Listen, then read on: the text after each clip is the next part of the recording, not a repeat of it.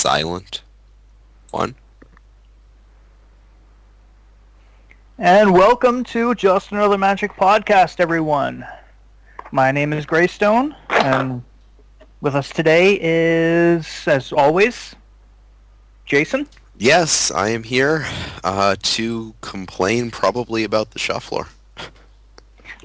Always complaining about the shuffler.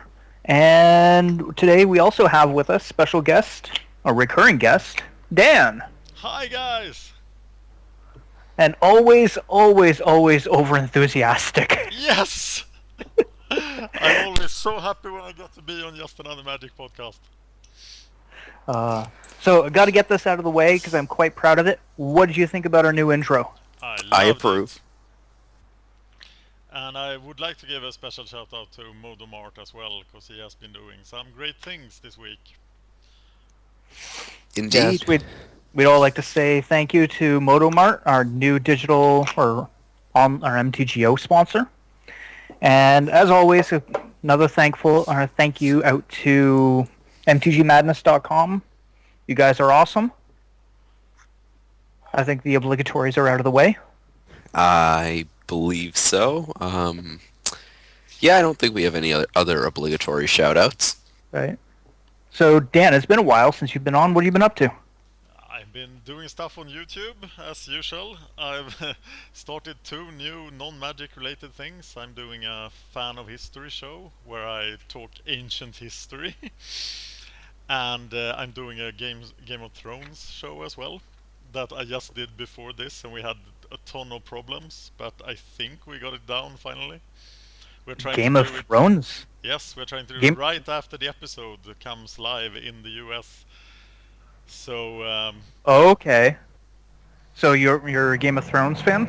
yes, and absolutely do not watch the show because it's on Fan of History, and if you don't want, you must see the episode because it contains 1,000 spoilers. So it's only for people thankfully, that have seen the latest episode.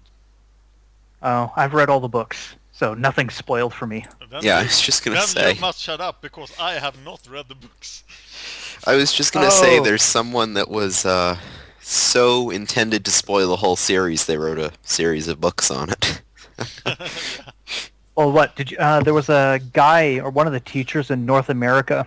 I heard his class. You heard about that? Where his Yes. class didn't want to settle down, so he threatened to spoil who the next death was. Oh, I didn't know that. Yeah, no, he wrote it up on the. He calmed the class down. He's like, "All right, you guys are gonna shut up right now, because if you don't, I'm going to spoil who's going to die next in Game of Thrones." Oh, And they horrible. just silence. See, I would have kept talking. I have never watched the show. Nah. It's actually quite fantastic how the Game of Thrones community can avoid spoiling the show. It's just amazing. People are hardcore about not spoiling. Yeah, it is really.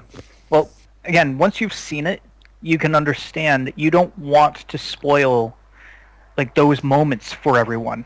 It's actually, I haven't managed to post one of our episodes to Reddit because the Reddit spoiler policy is so hard that you have to fill in sort of a form about what you're going to spoil in your post on Reddit. So Well- I haven't managed to make it through that form yet. Well, you have an issue already because you're using Reddit. Yeah, I was gonna say, I try and stay away from there as much as possible. I would stay away from it if it wasn't the best place on the internet to promote YouTube stuff. I guess. I mean, I went there for the Crackgate thing, and that was about it. Yep. Actually, Yeah. a non-magic friend told me about that. Oh, Crackgate! How old news is that? I know. And apparently it was a hashtag for a day or two. Oh yeah. I don't understand why everyone has to add the word gate onto everything. Watergate, I guess. Probably. What? But I don't know who this is incriminating. Some guy who took pictures of people's plumber's cracks? I mean, Yeah. It's still. we must remove this man from office. Yeah, I heard the 20 minutes on Brainstorm Brewery about that, so Oh, they I've covered been it pretty behind. well. I've been Yeah, behind on podcasts, so they covered it. Heavy Meta. Oh, they tore into it like non-stop laughter over there. the A Team did some good stuff with it too. Right. Yeah, it provided at least a good week worth of just comedy. Oh, definitely. I mean, I forget what one of the posts was, but it was something like if you had told me in the morning that I was going to look at 17 people's plumber's cracks at the beginning of the day, I would have laughed you off. But now, you made me do it. Congratulations. Yeah. All right. So that's old news. What's new news? Journey into Nyx. Pre-releases this weekend. Are you going? Myself, I'm gonna try. The problem is on Wednesday I leave for New Jersey to go on a business trip, and should be done by about noon on Friday. And the boss wants to get back here as soon as that's done, but it's like an 8-hour drive.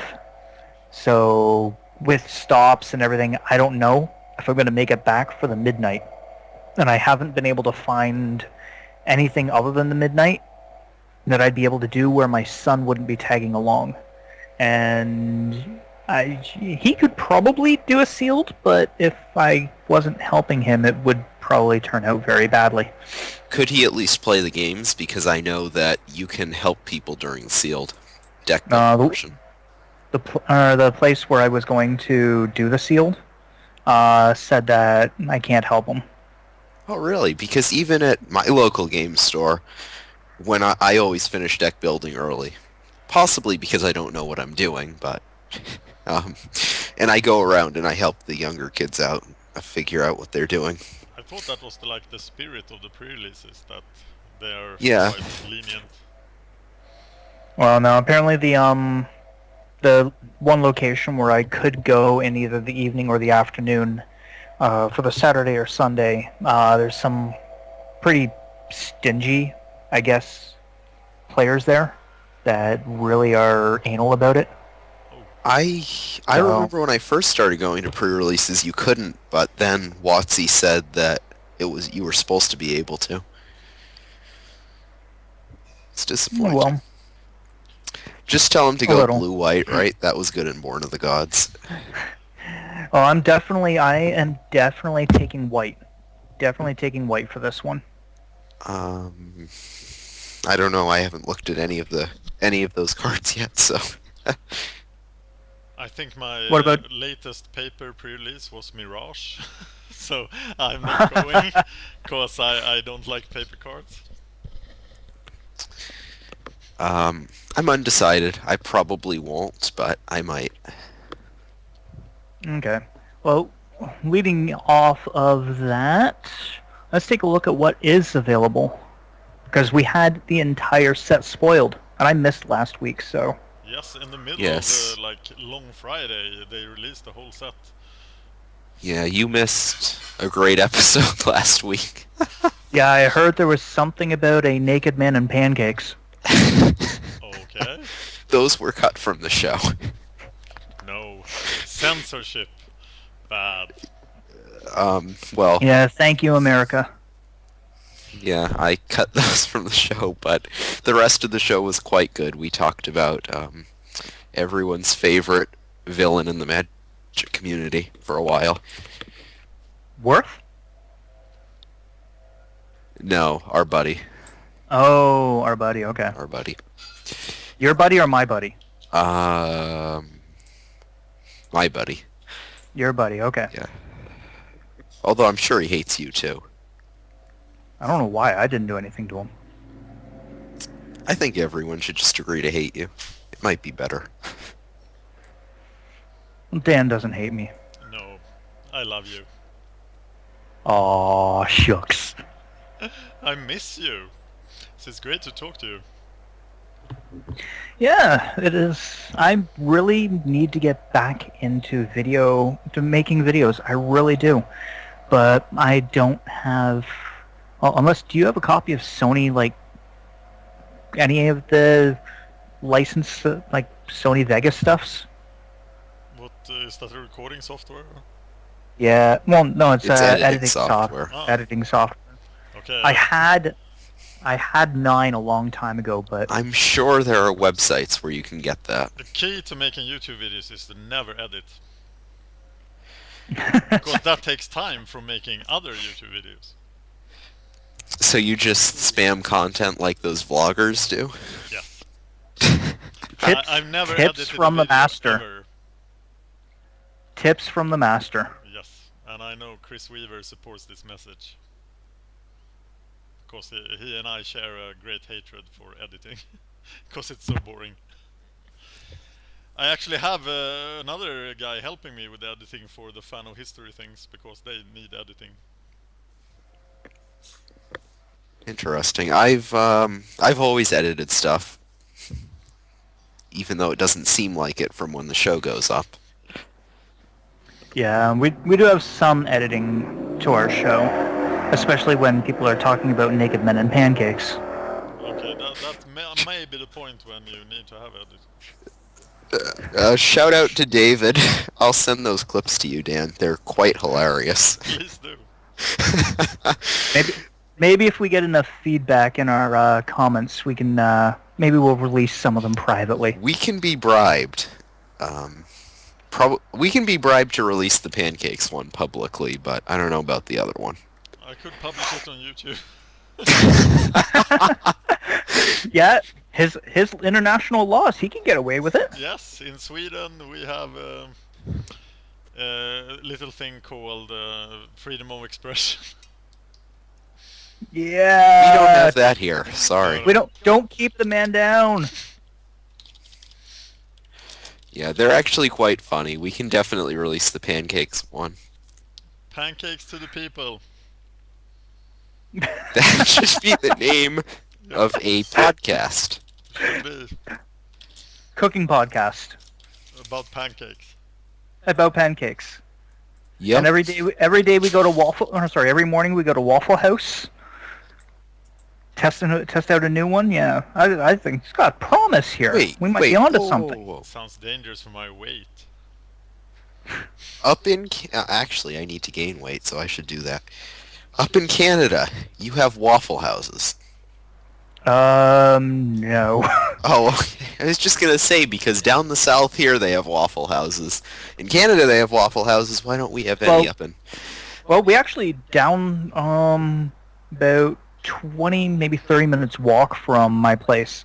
We have this one absolutely amazing place that makes waffle bacon.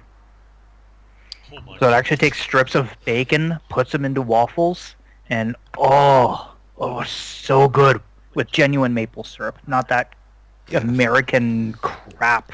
Canadian This is maple this syrup. is probably the time to tell you that I am on a very extreme diet right now. Yeah, I lost. I'm trying to convert Sorry, to pounds. Dan. I lost like 20 pounds in 3 weeks. Hey, that's awesome. Yep. So I prefer not to think about food. Do you have any diet plans for gaining that much weight in that little time? That's just live like I do usually. I went to Thailand for 2 weeks and I gained 10 pounds. So then I figured out, oh, okay, maybe I should do something about that. This less expensive than going to Thailand?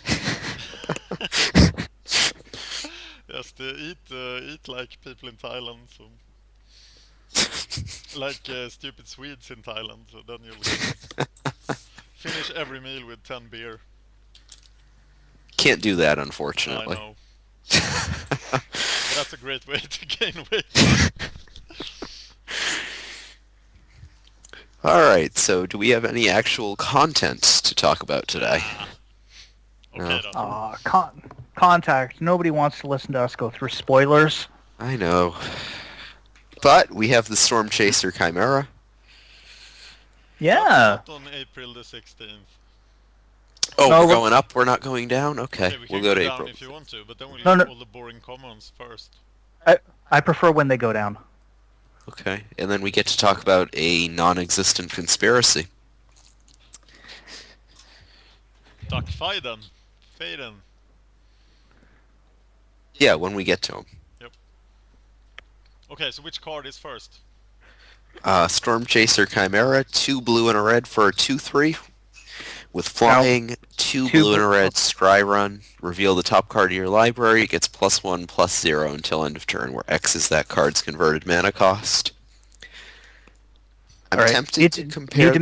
Need to make a correction here. It's not 2 blue and a red. It's 2 blue red.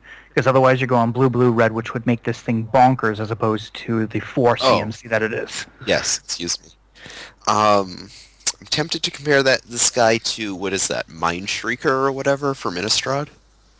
Except that he couldn't Yeah. scry like crazy if you have a lot of mana. But it's 4 mana, so It's Might 4 mana comes repeatable. down on turn 2. There seems to be a theme of gigantic mana things in Journey into Nyx, which will always have some casual appeal. Hmm. I don't know if this is playable in limited. Oh, very playable and limited. First off, it's 2/3, so yeah, it's gonna die to Lightning Strike, but it's got evasion, and you can scry to find your next card and still boost its power. I mean, people are going to be mana. playing, yeah, but people are going to be playing gods. People are like they're Tromokratus. Of what he costs like 8. Can you imagine adding that onto this? Sweet. I'm sure someone will live that dream, and I'm sure it won't be me. If I can make it possible, I will try and live that dream for you. Well, start drafting a lot. All right, next you we have have to get a rare in pack 2 and an uncommon in pack 1. Revel of the Fallen God. 3 red green sorcery. Put 4 2/2 red and green satyr creature tokens with haste onto the battlefield.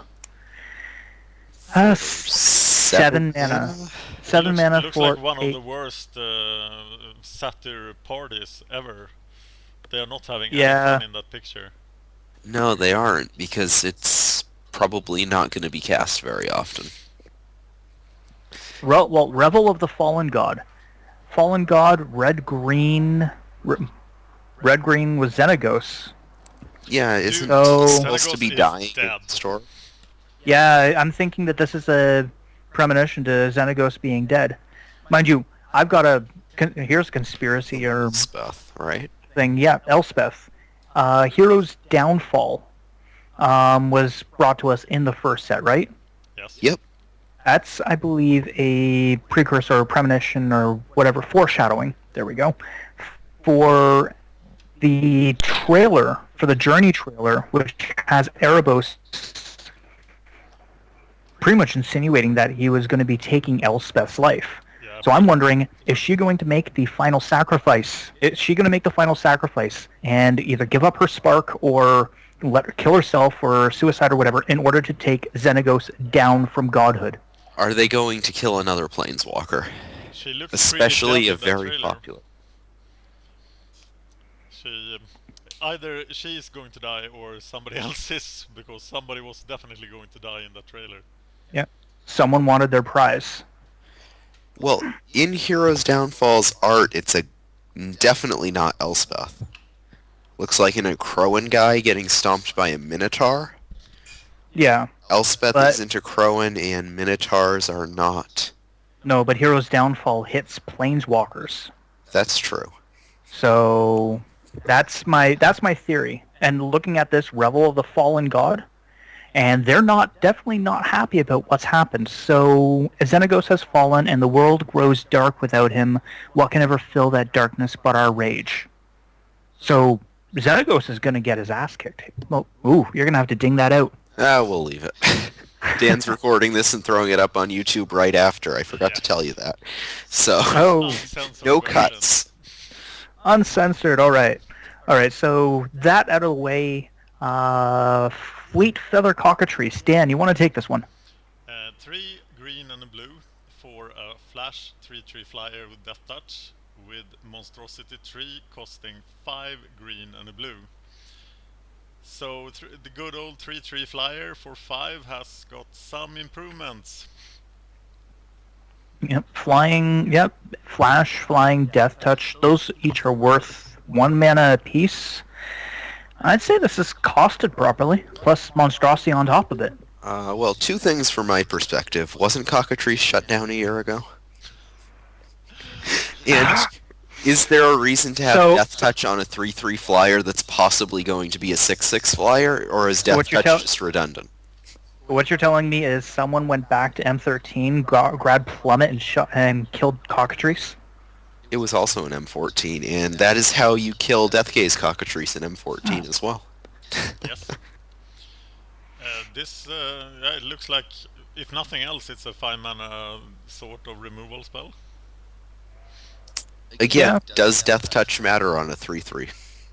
Yes. Of course To it me, does this in isn't Voltron a land, move. right? Death Touch is relevant on anything. Death Touch in the air is even better. Okay, when are you using this as a kill spell instead of a flash beater that just... You're not. You're using it as a roadblock. I guess. Yeah, it's not a 5-cast kill spell, or potentially you could use it as a 5-cast kill spell, but no, it's a roadblock. You drop it down, your opponent's not going to want to attack into it, and they can't go over top of it. The only thing that they can do is first strike it. And even then you have the monstrosity. Sounds sweet. Yeah. Yeah, that's pretty solid. And I mean- what the? Oh god, kill it, kill it, kill it. I opened up the VLC like half an hour ago. Why are you opening now? Go. Disappear. I opened up the Magic Online beta. I've been giving it another shot. I said I'll give it a shot for 3 days. And it took 15 minutes to close earlier, should I? Soon they will force you to play it for another 2 days. God, I will just have to suffer with no Magic Online. Yeah, I'll take Who knows, 2 days maybe- off, it will be great. I know. Maybe I should move on to the Fleet Feather Cockatrice Maybe. to play Magic. Yeah. Or actually go to FNM. Fleet All right, Feather so Cockatrice, next, is that like was- new we have- Cockatrice servers? They are Fleet Feather, you can't shut them down. Correct. No, it would have to have hexproof. Okay, That's is true. this good enough to be playable in block even? No. Lock? No. I mean, I played a lot of block. No. I mean, it shuts down Stormbreath still Dragon. playing That's all block? it is. Or- I haven't played block in a while. I want to kind of get that Storm Chaser Chimera for block. Well, as you know, I will probably have many playsets of the commons and uncommons in a month or two, so... Yeah. All right, so we got a lot of spoilers to go on. So Gold Forge Sentinel, 6 mana for a 4/4 flying artifact, another Chimera. Bad. Have we seen this card ever before? It seems like but an artifact for flyer for 6 has never been printed as far as I know. It's not bad. It's playable. It would be good in 4/4. M14. Yeah. Yeah. Maybe an M14. I don't know. 6 mana, 6 colorless, not mana dependent, a 4/4 flyer. It's not bad. It's not great. On the It's not subject great, but it's not bad. M14, just for those of you who have not drafted it, I was watching a stream earlier, DPG20 __. Great streamer. You should check him out. He was drafting M14. He had garbage deck with Jace in it, and he 3-0'd. Yeah, Jace will do that. I play a lot of M14 right now. I haven't played a single match of Theros Limited, so that makes me highly qualified to give comments on Theros Limited. Theros Limited is terrible. But I should be I doing have played. I M14. promised 100 videos of M14 on my channel, and in October people stopped making videos, so I had to do the rest myself. And I'm up to 99 now, so I'm doing another number 100 tomorrow. I had a win Maybe- streak of 19 straight wins. So Wow. yeah, I'm at the stage now. I love core set draft, and at this time of year, it's like I seem to have figured it out. Oh yeah, the format, I mean, I did 80 or so of the new player events, and then I just jumped into an 8-4, and I won that. I think I won 3 8-4s, and then I finally started losing them. But I got a grasp for the format, and And I must say it is quite broken compared to what M13 was. But, M13 was great. yeah. But I did one draft of it online, and it was a really bad red-green deck, and I 3-0'd. That was back when I I didn't hope know what I they was doing. down power blue for M15. No, blue is the best color in Magic. Yeah, of course it is, but it doesn't need to be be that good in the core set as it is in M14. But maybe we should go back to Journey into Nyx. Yeah, Yes. Deserter's Quarters for 2 colorless. You may choose not to untap it during your untap step. 6 tap target creature doesn't untap during its controller's next untap step for as long as it's tapped. Can you break this with some sort of combo in some format? So you can No. tap multiple creatures? Not in limited. I mean, No, it's not in limited, but in some format. But I don't Wouldn't you know. just rather Vidalcan shackles a bunch of guys? probably. Yeah, this has been done before, but I don't with think the it's been shackles, done. You lose control immediately, right? But here you lose control in the untap step. Wouldn't you rather use Cyclonic Rift? Yeah, or 1,000 other cards. Yeah. Yeah. Yeah, 6 mana to lock something down. I No. actually think it's going to be very good in limited, though. Because the format is all about Voltron, you shut down their Voltron with this guy. Yes. So I'm actually a huge fan of the card. Do you Okay. have 6 mana in Theros Block Limited? It depends. A lot you of the green X decks have their Voyaging Satyrs and Mana Dorks in general, so you're able to power out creatures and, well, other spells early. Okay, so this is a green card in disguise. This is a green card, yeah. Yep. Or blue, because you can tap down things with whatever the new Frost Breath is with Scry. Alright. So next is Chariot of Victory, 3 mana, artifact equipment. Equipped creature has First Strike, Trample, and Haste for an equip cost of 1. What do you think about equipments in this format? I'm thinking that this is an incredibly powerful card. Then what do you think about Prowler's Helm? Because that's what I'm comparing this to. I'll have to look that one up because I forgot it. It's 2 mana for an equip 2. The creature is unblockable except by walls. Ooh. Uncommon from Theros. Oh. Would I want it unblockable or no? I'd have to go with the Chariot. I'd have to You're take the saying Chariot. Chariot over that. Yep. See, I think Prowler's Helm is fringe playable. Whenever I play it or see it played, it's really, really good for me. See, I I'd think want it's much better than Chariot. See, I'd want Chariot for the something I play something it comes down, I equip, give it First Strike, Trample, Haste, push whatever through. Afterwards, pay 1 more mana, put it back on a defender, so I've got the First Strike ready to sit back and defend me. It depends on what point in the game you're at. Like, if you're ahead, you obviously just want the unblockable, but I guess if you're behind, you want the First Strike. Well, But in behind or ahead, Chariot helps you. In this format specifically, if you're behind, First Strike does nothing. You have to deal with the creature, the threat, whatever it is. Okay, put this on to equip this to a Nessian Asp. And you have No, damage First equip- Strike. Yeah, First Strike equip Death Touch this- is a nice No, combo. equip this to a Nessian Asp. I mean, Nessian Asp on its own is fine. Yeah, put this on it, bonkers. All right, Well, next would up. you rather have an unblockable 4/5? No, I'd rather have the First Strike Trample. Fair enough. What pick do you see this going? Ooh, I can't say. I was thinking 10th or so. I don't think it's really good.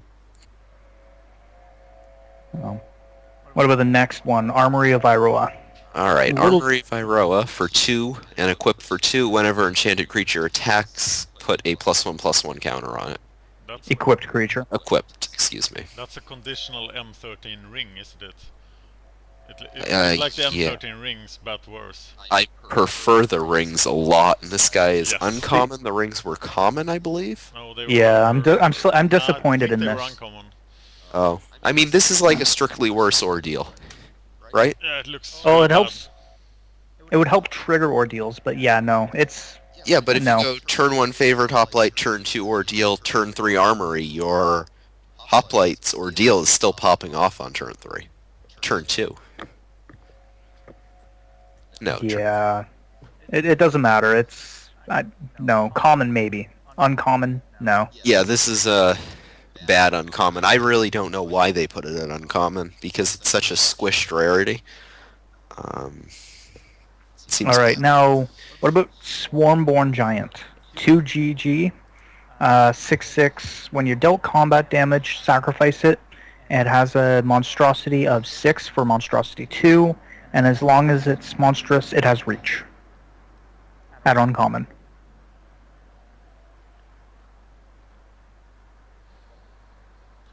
That's a lot of power for 4 mana. It is a lot of power for 4 mana. But it doesn't look like a ooh. limited card, does it?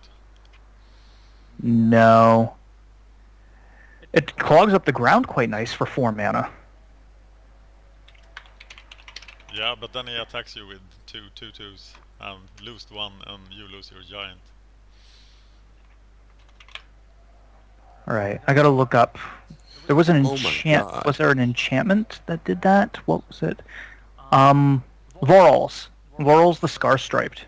With the way that black-green has been going, or what we've seen so far of the set, each creature in your graveyard, if anybody remembers this, has scavenge. Scavenge is equal to its mana cost. Yes. If you can put this into your graveyard, or somehow it makes it into your graveyard, then just 4 mana for 6 +1/+1 token or counters. That could be pretty nasty. I mean, That's turn 3 into turn 4. I had to run to the bathroom for a second. What did you guys say about this in Limited? Bad. I think he's nuts. You do? You Turn get this 4, guy 6/6? down on turn 4.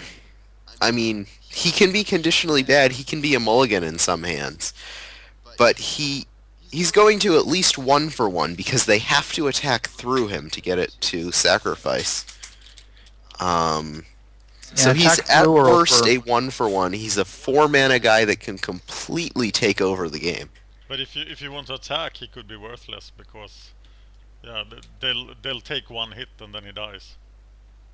So 4 mana deal 6 damage to your opponent is a bad card, and force them to attack on the swing back.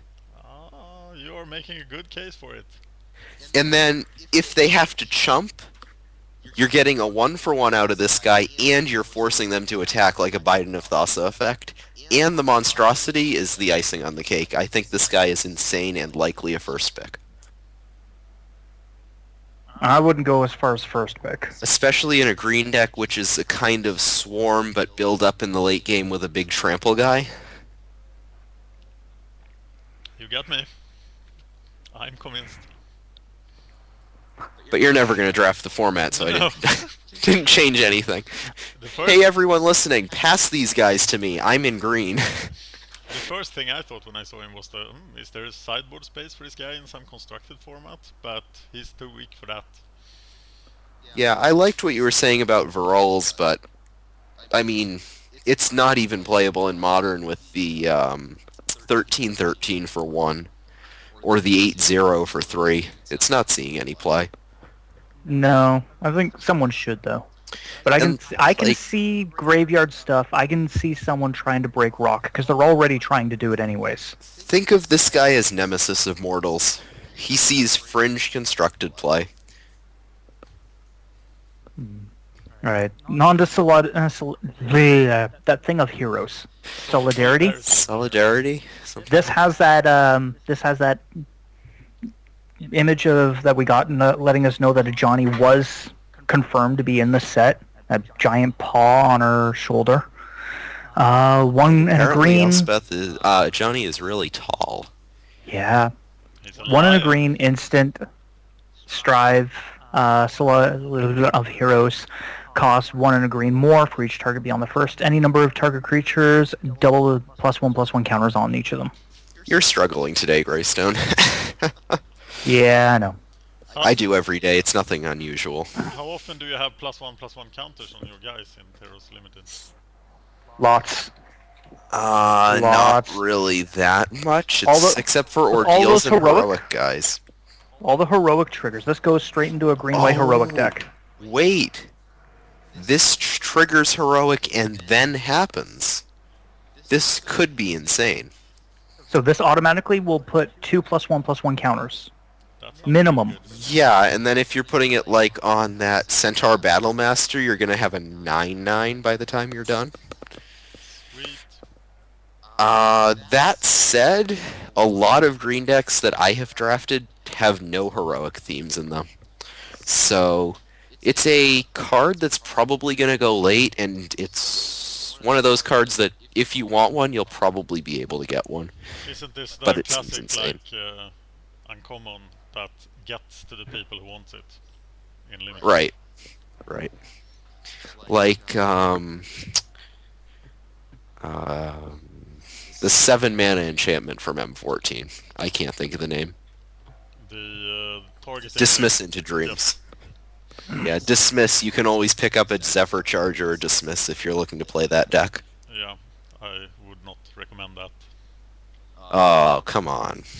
I haven't managed to do that in It's 100 tournaments. oh, it's really good. I had it in the sideboard once. It was the finals of an 8-4, and I decided to pull it out of the board for game 3, and I stomped him with it. That's nice. And then in some of the new player drafts, since you're not risking much, I forced it a few times, and Well, it wasn't great, but it was fun, I'll have to do that. That sounds like fun. especially for the stream. Yep. Alright, so next is Satyr Grove Dancer, 1 and a green for a 1/1 when it enters the battlefield. Put a +1/+1 counter on target creature. At Fine. common. 2 mana 2/2 with upside, right? It's a bear, conditional bear.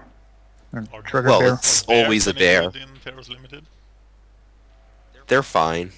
They're not bad. I mean, Traveling Philosopher is playable. Alright. This guy's really good with the 3 mana 3/3 Centaur in Theros. He's an uncommon. I forget what he's called. But if something has a 1/1 counter, you draw a card when he enters the battlefield. So he's a 3 mana 3/3 cycler, which is pretty insane.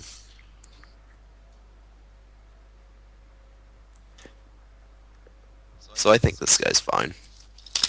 Reviving Melody, 2 and a green, choose one or both, return target creature card from your graveyard or your hand to your hand, and or return target enchantment card from your graveyard to your hand.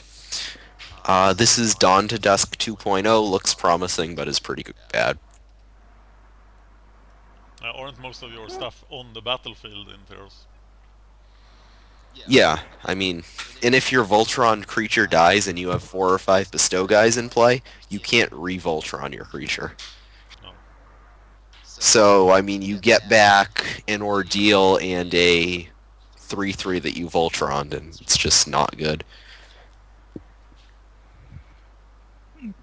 No, that's not a sorcery. If it was instant, then maybe.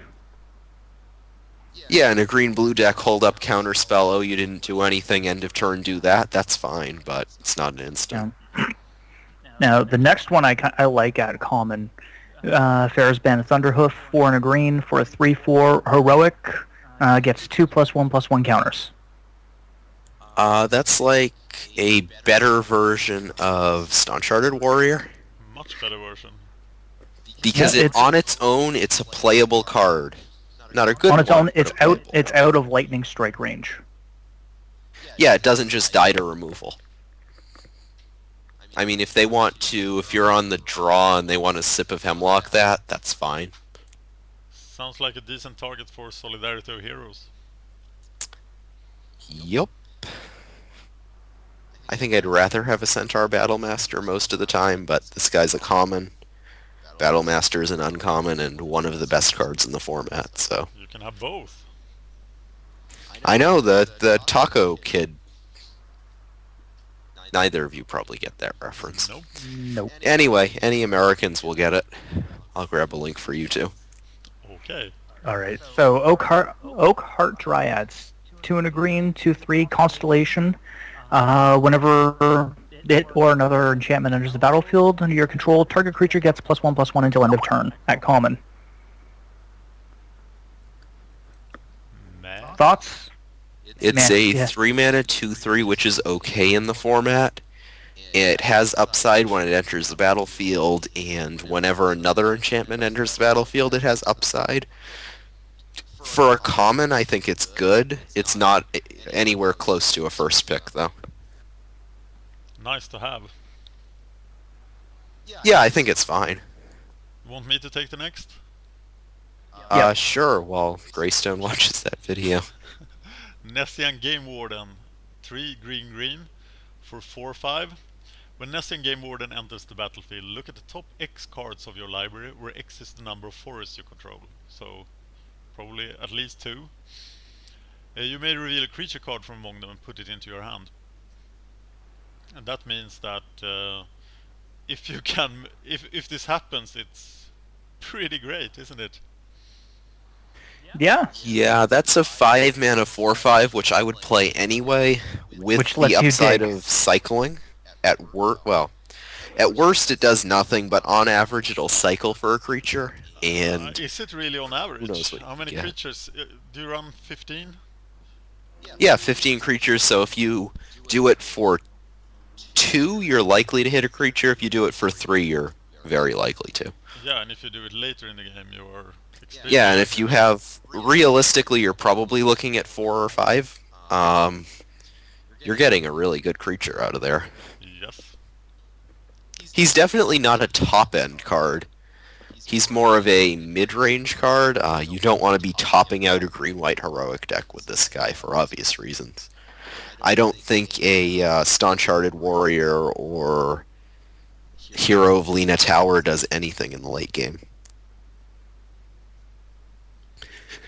Next we have Nature's Penelope. Panoply? Panoply.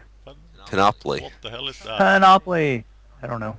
Panoply? Is that a game that people play with fake money? That looks like Canadian money?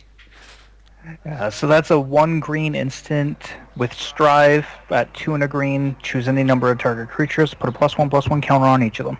It doesn't target, correct? Because it says choose. It says target. Any number of target says target creatures.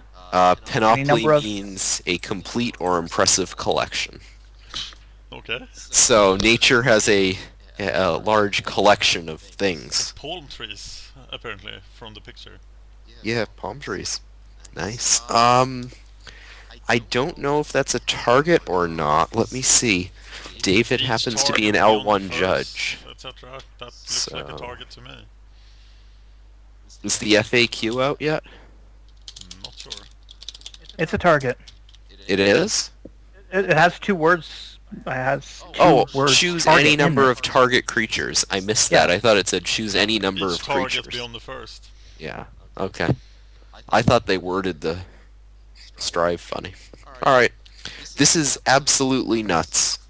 It's a combat trick, triggers heroic, for 1 mana, and the Strive thing can just completely blow your opponent out of the game. I really think Strive is a good mechanic, especially if the format slows down. Will the format slow down? I have not looked over all of these cards yet. Actually, all these commons I've not seen yet. So, I will be able to say that by the end of the show.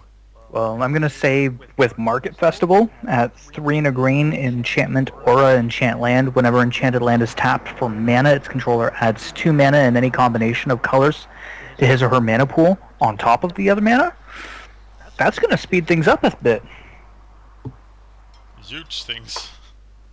Yeah, but if Still you're costs doing 4. nothing else on turn 4, and someone's playing a red-white, blue-white, green-white heroic deck, they probably are able to win on turn 5. Isn't doing nothing on turn 4 a recipe for disaster in most limited formats?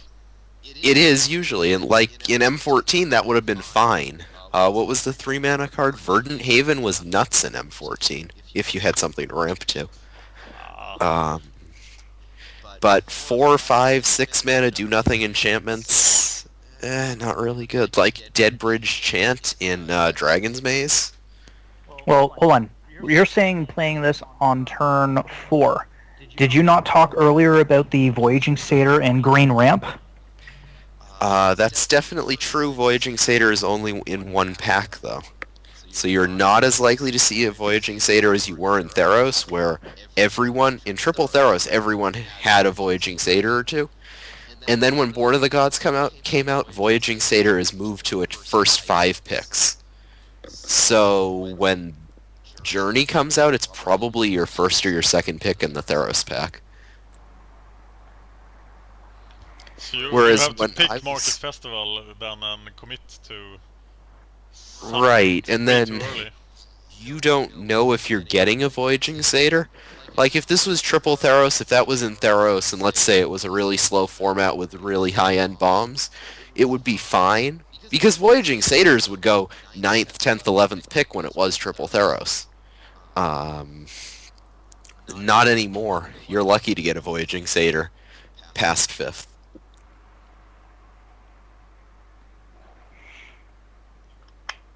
Okay, next. Humbler Mortals 4 and green for 5/5. So it's 6 mana 5/5. And it has Constellation. Whenever Humbler Mortals or another enchantment enters the battlefield, blah blah blah, creatures you control gain trample until end of turn. I mean, it certainly is no, what's it called? Craterhoof? No. That said, a 6-mana it's also- 5/5 is fine. You're also going 3 degrees of rarity. This is down at common. Uncommon. Oh no, that's a common. No, common? this is common. Oh my god, that's insane. A 6-mana 5/5 is playable in this format to begin with. I mean, look at Nemesis of Mortals.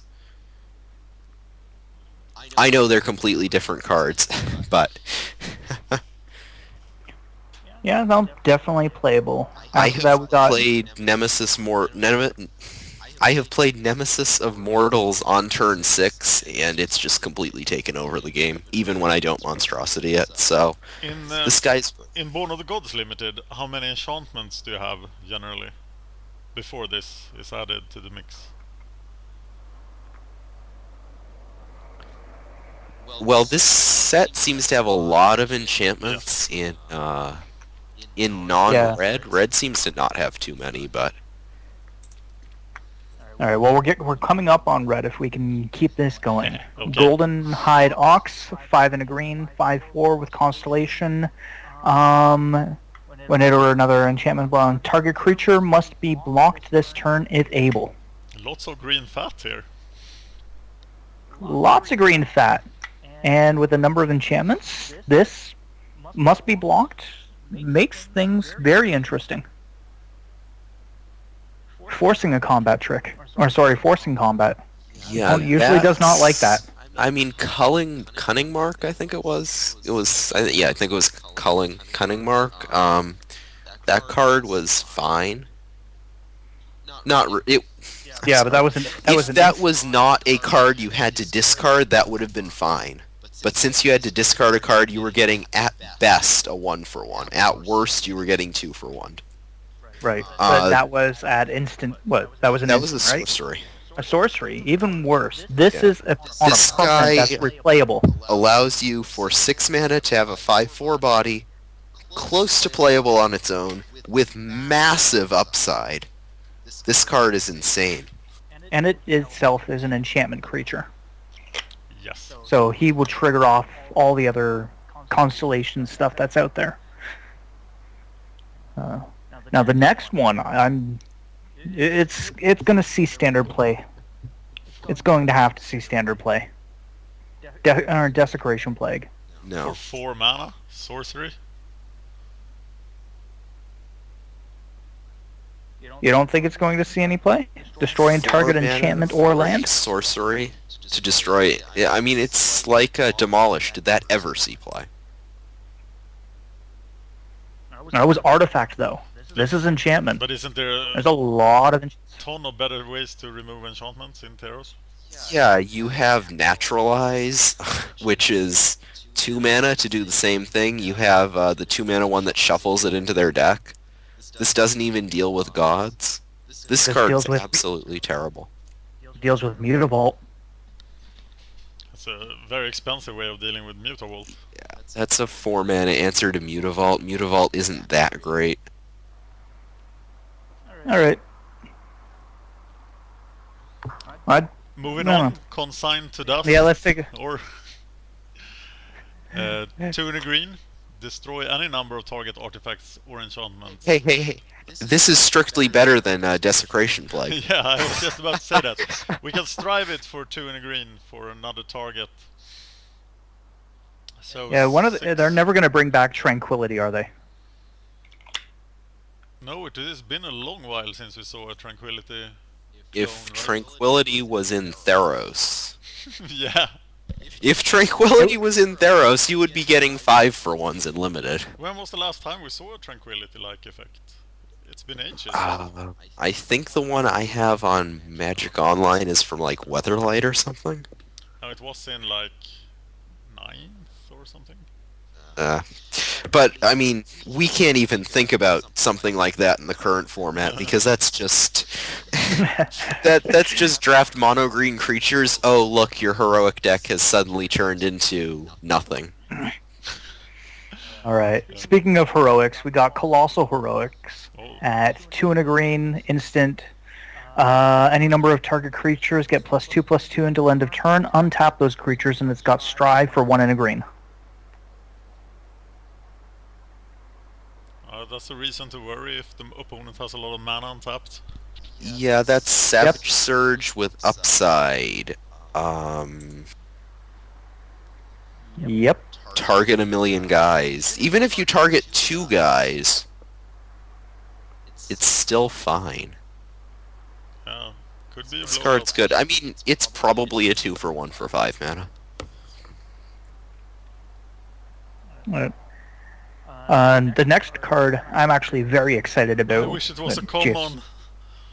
Jason could have told you that I was going to be excited about this. Yeah. Why? Take a look at it. Read it and tell me that I would Oh, not be excited hex. about it. Yep. Green, 2/1, hexproof reach. I wish it was a Creature, common. human, archer. Yeah.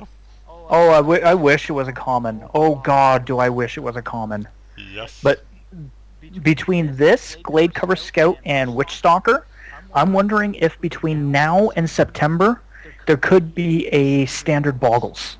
There is a standard Boggles, isn't it? Isn't there? But make it better. Yeah, this will definitely be improving that deck.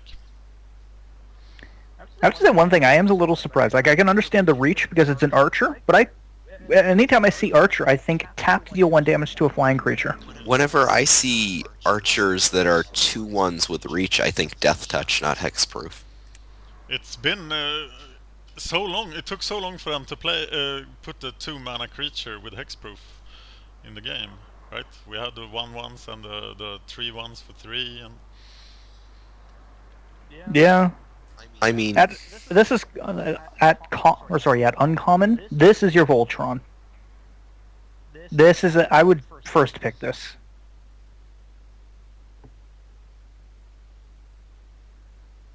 So that's me. next one. Wildfire Cerberus, 4 and a red for 4/3. Monstrosity 1 for 5 and 2 red. Ew. When it becomes monstrous, deals 2 damage to each opponent and each creature your opponent controls. That's a really expensive Pyroclasm. but it only hits your opponent's creatures, and it leaves you with a 5/4 body. So would you pay 7 mana to Pyroclasm your opponent's creatures and your opponent, and get a 5/3 out of the deal? I say yes. That sounds quite sweet. I don't like it. Especially when you have something like Starfall coming up next at 4 and a red, instant, deals 3 damage to target creature. If that was an enchantment, deal 3 damage to that creature's controller. So for the exact same mana, you can kill it before anything happens. But Starfall is unplayable. If it said to creature or player, that would be fine, but for 5 mana, I mean, Yeah, I was about to This ask, is not- is removal this bad in Terra's block? removal is pretty bad, but this doesn't even destroy the creatures that matter. I mean, you can try to compare this to Punish the Enemy, but it's just worse than Punish the Enemy. Yeah, it is. So Maybe that's this card is terrible. maybe that's why it's a common. Sigiled Skink, 1 and a red, 2/1. Whenever it attacks, scry 1. I mean, it's fine. Bears are okay, especially in red decks. He's fine. Oh my god, Magma Spray was reprinted. It was. Anyway, we'll get to that in a minute. I didn't know that. Rouse the Mob, a red for an instant. Any number of target creatures get +2/+0 and trample until end of turn, and 2 and a red for an extra target. Yeah, 2 and a red for stride. This is awesome. In a format like this, +2/+0 and trample is awesome. I think you're incorrect. I think it's fine in a green-red deck, but if you're looking at a red-white heroic deck, I think it's absolutely unplayable. Oh no, I wouldn't put it in red-white heroic. Red-white heroic trample doesn't mean anything. But if you're looking Red-green? to go over the top in a red-green deck, I think it's playable. Red-green heroic. This is a lot. Well, it doesn't even matter in heroic. Slam this on a Nessian Asp. Good game. I mean, Yeah, and it's common and instant. I love it. I like it. Probably 6th or 7th pick. How Now the many next, combat tricks can you afford in Terra's block? depending upon you counting your bestows or not. Not counting bestows, I'd say 5 Yeah. at most. There seems to be a lot of competition for the combat trick spot. Yeah. Up next, Relic of Abandon, 3 red. All creatures get +2/-2 until end of turn. This A little- seems good in a red-green deck again. It seems like reasonable sideboard against a red-white swarm deck, which there are a lot of. I think it's good, but not too bad. Not too good, excuse me. 5 mana for that at sorcery. I can't get behind that. There are very few utility creatures, right? So if there are small creatures, they are supposed to attack. And if they're small creatures, they just get killed. Yeah. Yeah, but if they're doing the swarm on you, you're going to be dead by turn 5 anyways. Fair enough. Pensive Minotaur, 2 and a red for a 2/3. Minotaur Warrior. Yeah. Apparently, being pensive makes you red, while being undead in M14 makes you black. So it's the same card, like Undead Minotaur. Yeah, they're all... Yeah. They've printed so many 3-mana 2/3s Minotaurs. Yep, that's good. You know what? Everyone calls a 2/2 a bear. Then you got your Hill Giant. I swear, 2/3 is going to be a Minotaur. Yes, good old Hurlon. All right, now Jason, go off on Magma Spray. Magma Spray. Jason. it's Oh, he's Magma gone. Spray. Okay, I'll make a He's Sorry, I he's was, building up. He's building up to Yes, do No, it, Jason. It's Magma Spray. We want to hear I your was opinion. actually chatting with the owner of Motomart. Oh. Shout out to you. Oh, shout out. Hi. I will do that. Magma Spray for a single red instant, deal 2 damage to target creature. If that creature would die this turn, exile it instead. Reprint Insane, deals with Voice of Resurgence. Oh my god, it's awesome. It's like Pillar 2.0, except it doesn't hit players. But it's an instant, so that's a good trade-off. It was missed when Pillar left. Except I don't know. Can't hit players. Can only hit creatures. Just because it hits a voice, you're not going to be seeing voice in limited. Blah. I'm not saying it's a good limited card, I'm saying it's a constructed card. That said, I think it's okay in limited, not great. So do you prefer it And in like Pillar sees occasional play in Modern, but you'll play Pillar over Magma this? Spray is already in Modern, so... Yep. No effect. No change. Right. Next card, which is bad. Lightning Diadem, 5 in a red. Enchantment Aura. Oh. When it enters the battlefield, 2 damage to target creature or player, I- and enchanted creature gets +2/+2. I was gonna call you out on that. I thought that said 2 in a red, but this card is terrible. Yeah. Bad. If it was 2 in a red, that would be nuts, That though. would be pretty good, yeah. But then again, if things costed 3 less, we would have 1 mana Jace the Mind Sculptor. Oh my god. Next we have a great name. Knowledge Knowledge and and Power. 4 in a red for whenever you scry, an enchantment. Whenever you scry you may pay 2, and if you do, Knowledge and Power deals 2 damage to target creature or player. Why do they use such great names on such terrible cards? You know what this is to scry what Lightning Rift was to Cycle, but worse. Yeah. Do you remember Dan, do you remember Lightning Rift? No. No? Alright. Lightning Rift came to us from Onslaught. It was 1 in Oh, a the red cycle for an card, enchantment. yes. Oh, I remember Yeah, that. whenever yes. someone whenever a player cycles, not just you, whenever a player cycles, you can pay 1, Yeah. and it'll do 2 damage to target creature or player. This Knowledge and Power, whenever you scry, you may pay 2 to deal 2 damage to target creature or player. Maybe in limited. This is never going to see constructed play. Lightning Rift was Ever. a pretty broken card. Ever. This is never seeing limited play either, my friend. If this was If you- pack no. 3 and you were in a heavy scry deck, that's different, but this is complete garbage. I think Yeah, if you were, you know what, maybe in Sealed, if you managed to get the Prog Sphinx, if you can get the red-blue shell, this thing could be awesome. But, Not no. Really? Needed to be lower cost. Needed to No. be lower cost. I'll tell you what this Greystone. looks like. This looks like You're wrong. when you're doing your 80th draft and you're desperately looking for new ideas, you can pick this and try to build around it. Wasn't there like a 3 Phyrexian mana thing in New Phyrexia that said if when you cast a spell with Phyrexian mana, deal damage equal to that mana cost to your opponent or something? Sounds better. Yeah, that's much better than this. But I'd you're never heard of incorrect. that. If you scry 1, 2, 3, or 4, you can still only activate the ability once. Yeah, Oh, that's a shame. I didn't say okay. anything I thought otherwise. you didn't know that. We just assume that we're all bad at this game here, so. Alright, the Gluttonous Cyclops for 5 in a red, it's a 5/4, and for 5 red Monstrosity 3, I don't think he's great. That looks very vanilla.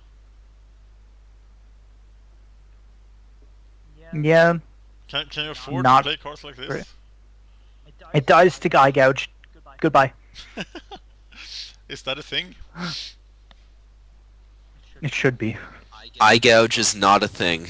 No, 6 mana 5/4s are just bad. I mean, he's like a one of top of your curve in a really bad red deck. Yeah.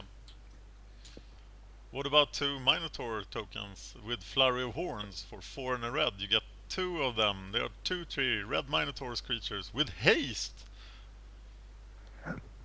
Without haste, this card is horrible. With haste, meh. If you can go with the Minotaur theme, if you manage to get the Lords, then it's not bad. The fact that it only has 1 red. 5 mana for 2/2/3s is playable on its own. That said, I don't like it too much, but I do like it. Excuse me. Well, is there anything in Journey into Nyx that would put you in the Minotaur deck immediately? There's no Lord in Nyx, so So you would have to be very much in love with the Minotaur deck to go for this. yeah, you'd have to be forcing it. Either and if they did Nyx as the 3rd pack, like if you did Theros Born Nyx, which I think is probably the way they're gonna go. Isn't But this the I first don't know. pack? It's still. I don't know how they're gonna draft it. Isn't it the standard to? Isn't it always the Work last backwards? step? Yeah. Born of the Gods. Yeah, it's going to be Journeyborn Theros, which is why a lot of these archetypes that I'm talking about with the 4 mana enchantment for a land and for the knowledge and power, you just don't know. You have to commit Mm. way too early. Yeah, you're not committing to a strategy like that in Pack 1, unfortunately. No. No. If this block was drafted Theros first, these decks Then- might be things. Yeah. I don't know. Maybe you can convince your FNM to do so. Yeah, we've been trying to convince my local game store owner the past 4 times I've been there. One was after GPT, I think one was after a pre-release. It's been like a year to let us do a triple Innistrad draft. And we keep getting no'd. No. He has Alright, a few next up- boxes left, too. That's what bothers me. Next up, Flame Speaker's Will, the 1 red aura, enchant creature you control. Enchant creature gets +1/+1, and if it deals combat damage to a player, you can sacrifice the enchantment and destroy target artifact. At common. I didn't think it's perfectly reasonable. 1 mana heroic trigger with +1/+1 is okay on its own. What artifacts are you trying to destroy in the format? Prowler's Helm. So it's a 1 The mana Chariot. +1/+1 with It's a upside. heroic, yeah, it's a heroic trigger +1/+1 with conditional upside that you don't have to sideboard into. Is that playable on its own? Without the sideboard effect against artifacts? Really? Yeah, it's playable. Okay. Next up, Blinding Flare, 1 red. Sorcery. Any number of target creatures can't block this turn with Strive for a red. Red Blowout. This is the blowout card for red. Yeah, what was that card? I mean, I'm intended. I want to say this is bad, but I just can't say it is. I'm comparing it to Awe of the Guilds from Dragon's Maze. Is there any use for targeting your own heroic creatures? Oh, I thought that Yeah. was just your opponents. So No. there's a Any mono number of- red yeah. deck. Any number of target creatures can't block. If you're going to go on the attack, who cares? Heroic your entire army. And then walk in. Yeah, if you have like 5 red, you have 2 heroic guys, you can't block my 2 heroic triggers. Yeah, That might be the game right there. I said this is the red blowout card. I'm not gonna say this is a first pick, but this is probably between picks 3 and 7. Right. Easy. Next is 3 in a red for a 3/2 boar with Intimidate. Zendikar says hi. Very blasé. The artwork on it looks awesome, though. I would not want to stand in front of that thing. This was in M13, right, as well? Yeah, and it was insane in M14, M13. I'm sure it's gonna be insane in this format too. Blade Tusk Boar has always been great. Never drafted Zendikar, but from what I've heard, it was great in It Zendikar. was. And then Right. M13, I've had success with it. And last of the red that we're going to preview on this cycle, Crowan Linebreaker, 2 in a red, 2/1 heroic +2/+0 and Intimidate. It's a bad history here. Breaking the line of the phalanx should be punished and not rewarded. Yeah. Running away from his phalanx. What the hell? Yeah. This seems fine though. Like that with blinding fire, your guy can't block, punch you in the face for 4. That's fine. Yeah. All right. Now on to black. Tormented Thoughts. 2 in a black sorcery as an additional cost. Sacrifice creature. Target player discards a number of cards equal to the sacrificed creature's power. That That's absolutely terrible because you want to fire this off early game, but you're 2 for 2ing yourself on a 2/2 and you paid 5 mana for a 2 for 2, and they could just discard 2 lands, who knows. If you can like pop this off on that 6/6 on turn 4 with some ramp, you just win the game. But I think this is completely this is unplayable. just a best case scenario card, right? So people will remember Yeah. when they tormented thought somebody for a lot of cards, but generally it will just suck. Yeah. Thought Reader. Thought Render. I even. shouldn't have Thought- taken this card. Thought Render Lamia. Thought Render Lamia. Okay. I don't know what a Lamia is. I don't know, but it's an apparently enchantment quite creature. Sick because it doesn't look like it's in good health.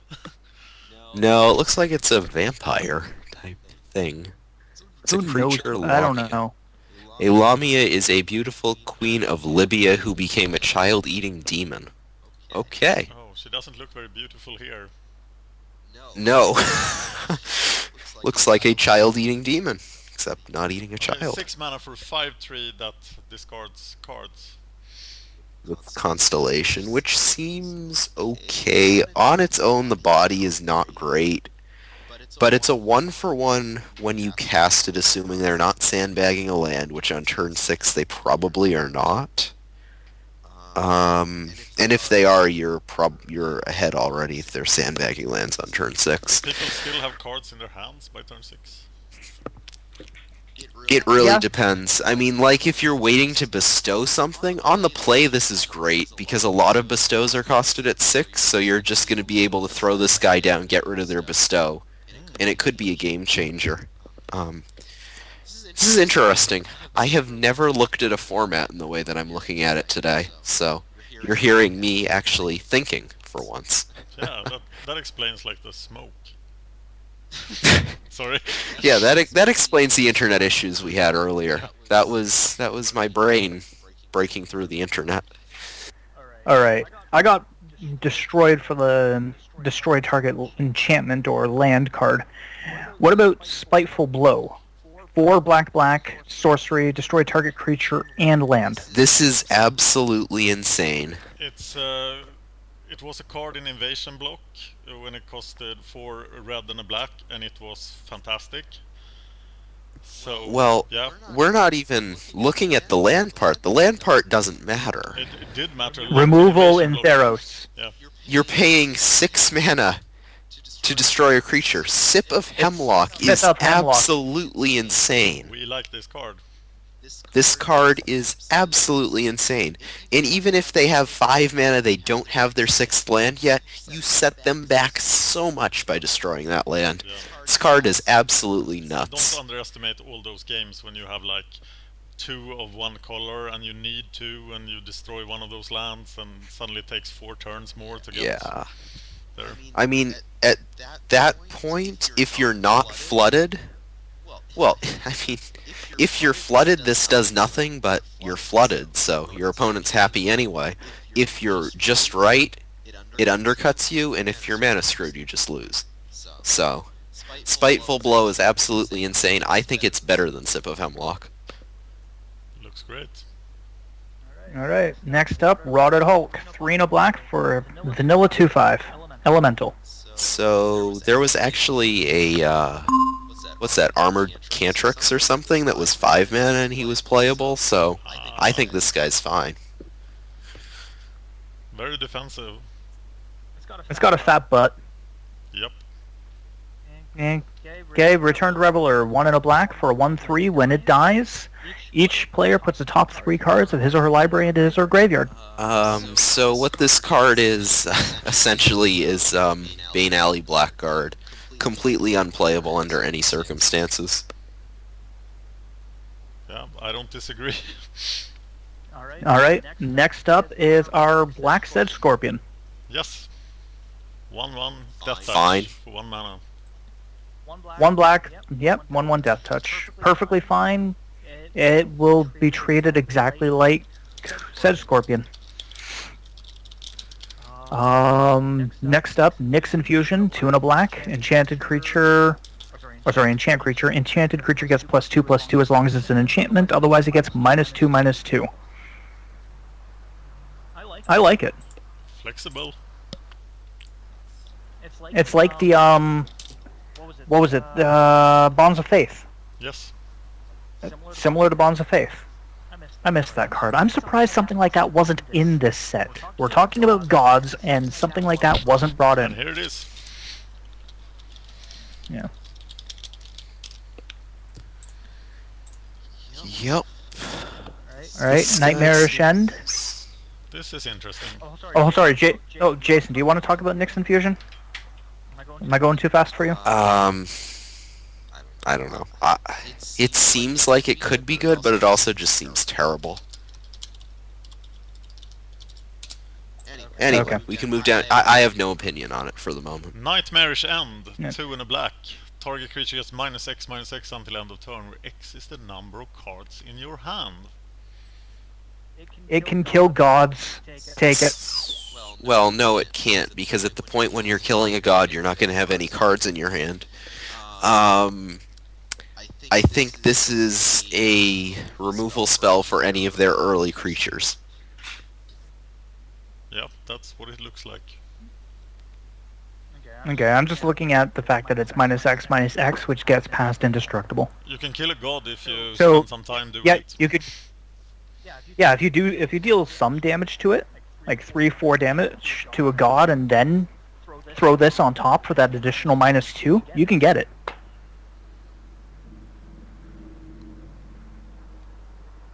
So I like it.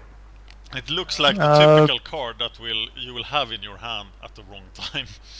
And it will just suck. Yeah, I'm probably not playing this card. Okay, Grim Guardian, 2 and a black for a 1/4, nice fat butt on a common creature enchantment zombie. Constellation, extort. No, you don't gain any life. You just Oh, you don't gain any life. Each opponent loses 1 life. grind But it. still, with the number of enchantments that are in this set, it's a nice fat body that has upside. Yeah. And I mean, 3-mana 1/4s aren't great, but How many defensive decks are there? Is it common to be really defensive? yeah, but then they just run over your head. I mean, I think he's okay, not great. And here's it's good for a common. here's the Minotaur Lord for the set. Oh, not quite a lord, but close. Yeah, It is a 3 Minotaur. mana 2/3 with Death Touch. Other Minotaurs you control have Death Touch. That's the Fellhide Petrifier. And it looks like he just killed a Gorgon, but he didn't look at him. Yeah. So there's good reason to go early into Minotaurs. Feast of Dreams, 1 and a black. Destroy target enchanted creature or enchantment creature. Sounds like it will be relevant. It's a very conditional Doomblade. Yeah, that is... that's absolutely insane, because you want to kill the enchanted creatures. So, And this is a common. yeah, this is nuts. This is a constructed playable card for certain. Yeah. Yeah. Mono black did not need that. No. But All someone right. will. Okay, cruel feeding. There we go. Oh my god, it's tentacle. Wow. I'm surprised nobody's made jokes about that yet. Okay, 1 black. Instant. Any number. Hey, Yeah. we have no way to cut things. We told you that before the show. That's why Jeez. I'm censoring myself. Specifically for that. This is supposed to be a family-friendly show. And it was, and it isn't now. So, 1 red. Oh, sorry, 1 1 black. with if 2 and a black. Any number of target creatures each get +1/+0 and lifelink until end of turn. Yes, 1 black with 2 and a black for strive. And you too can be destroyed by tentacles. Who did the artwork You on had this? to use the word destroyed. Yes, I did. Jason E. Engel? Engel. That's Oh, it seems like Jason something A. Steve Engel. Argyle would do. hold on. Engel. I gotta read that. Is that E-N-G-L-E? That is E-N-G-L-E. That's German. Nope. German tentacles. Okay. Oh, move on to the next card quickly. What do we think of this card? It's playable. Done. Move on. It's R-rated. It's playable, we can't talk about it because we want to have a reputation. Cast into darkness, 1 and a black. Enchant creature. Enchanted creature gets -2/-0 and cannot block. Okay. At least It's- the artwork is nice. Yes, it's reasonable. Is it? Takes out an effective blocker, something that had like a fat butt, or a Sedge Scorpion, or our new Black Sedge Scorpion. Yeah. And it's an aura. It's an enchantment, so it fits with all the constellation stuff. Like Dreadbringer Lampads. 4 and a black, 4/2 constellation. And when it enters the battlefield, target creature gains Intimidate until end of turn. Sounds useful. Yeah, that's fine. Except for the 2 toughness. Fired. I'm not going to pay 5 mana for a 4/2. But I think you will be paying 2 mana for Blood-Crazed Hoplite. Oh, yes, One the and a Black black. Hoplite. 2/1, and it has basic heroics. You get a +1/+1 counter whenever you target it. But whenever you get a +1/+1 counter, you can also remove a +1/+1 counter from target creature an opponent controls. That sounds good. At common. That sounds really good. Considering, especially if you listen to Marshall and Limited Resources, never discount the value of a single +1/+1 counter.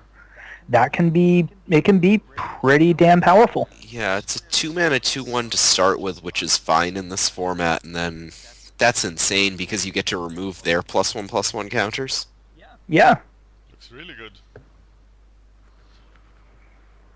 Black-White Heroic on its way. Aspect of Gorgon, 2 and a black. Enchanted creature gets +1/+3 and has Death Touch. That seems reasonably costed. So how dangerous are like normal auras in this format? Do you get blown out, or is removal that Not bad? really. The removal is absolutely terrible. Well, then it seems good.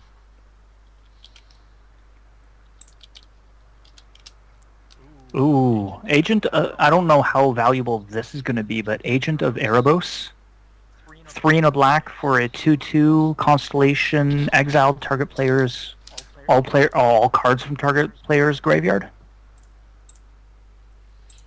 We haven't seen any real big recursion thing, have we? Don't think so. Unless this is lead up for the next set. I'm saying that's pretty garbage, actually. Seems pretty nice to get a creature in constructed out of this, but 4 mana for a 2/2 is a lot. Yeah. All right. Now we're on to blue. Jason's favorite, but yet bad color. Yes, we are. I'm happy about that. So now he's actually going to start talking more. Alright. No, I was in the middle of speculation that I Sure. was doing, so... Yep, we believe you. I actually don't like black. Start talking. So.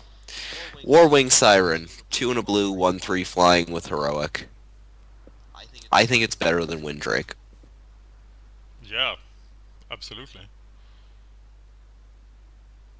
Isn't this a whole deck? Blue-white heroic? Yep. It looks exactly what you want in that deck. Says the guy who Next never up. played the limited format. Triton Short Yeah, Stalker. blue-white heroic, that thing's nuts. 1 mana, 1/1 unblockable. No, can't. Oh, sorry. Yeah, it is unblockable. I read that wrong. Can still block, so that's an improvement over similar cards. Yeah, I think it's not great, but it's fine. Yeah. Triton Cavalry, 3 and a blue for 2/4 heroic. Return target enchantment to its owner's hand. So we have a heroic boomerang and a 2/4 body. No, you return target enchantment, so it's not that Yeah. great. Enchantment boomerang. Sounds like a good way to grind with Which isn't as good as Boomerang, so... You can No, but how many enchantments are in this set? You can bounce a god with it. if you have a cheap enchantment, you can just bounce it several times and trigger Constellation. That's an Yeah. interesting thought. And wasn't there a Drake or something that at the beginning of your turn return an enchantment to your hand? Or you have to return an enchantment to your hand, so you can just keep bouncing whatever it is that they have by heroicing this. Yep. You can set someone back a couple turns by keeping that up.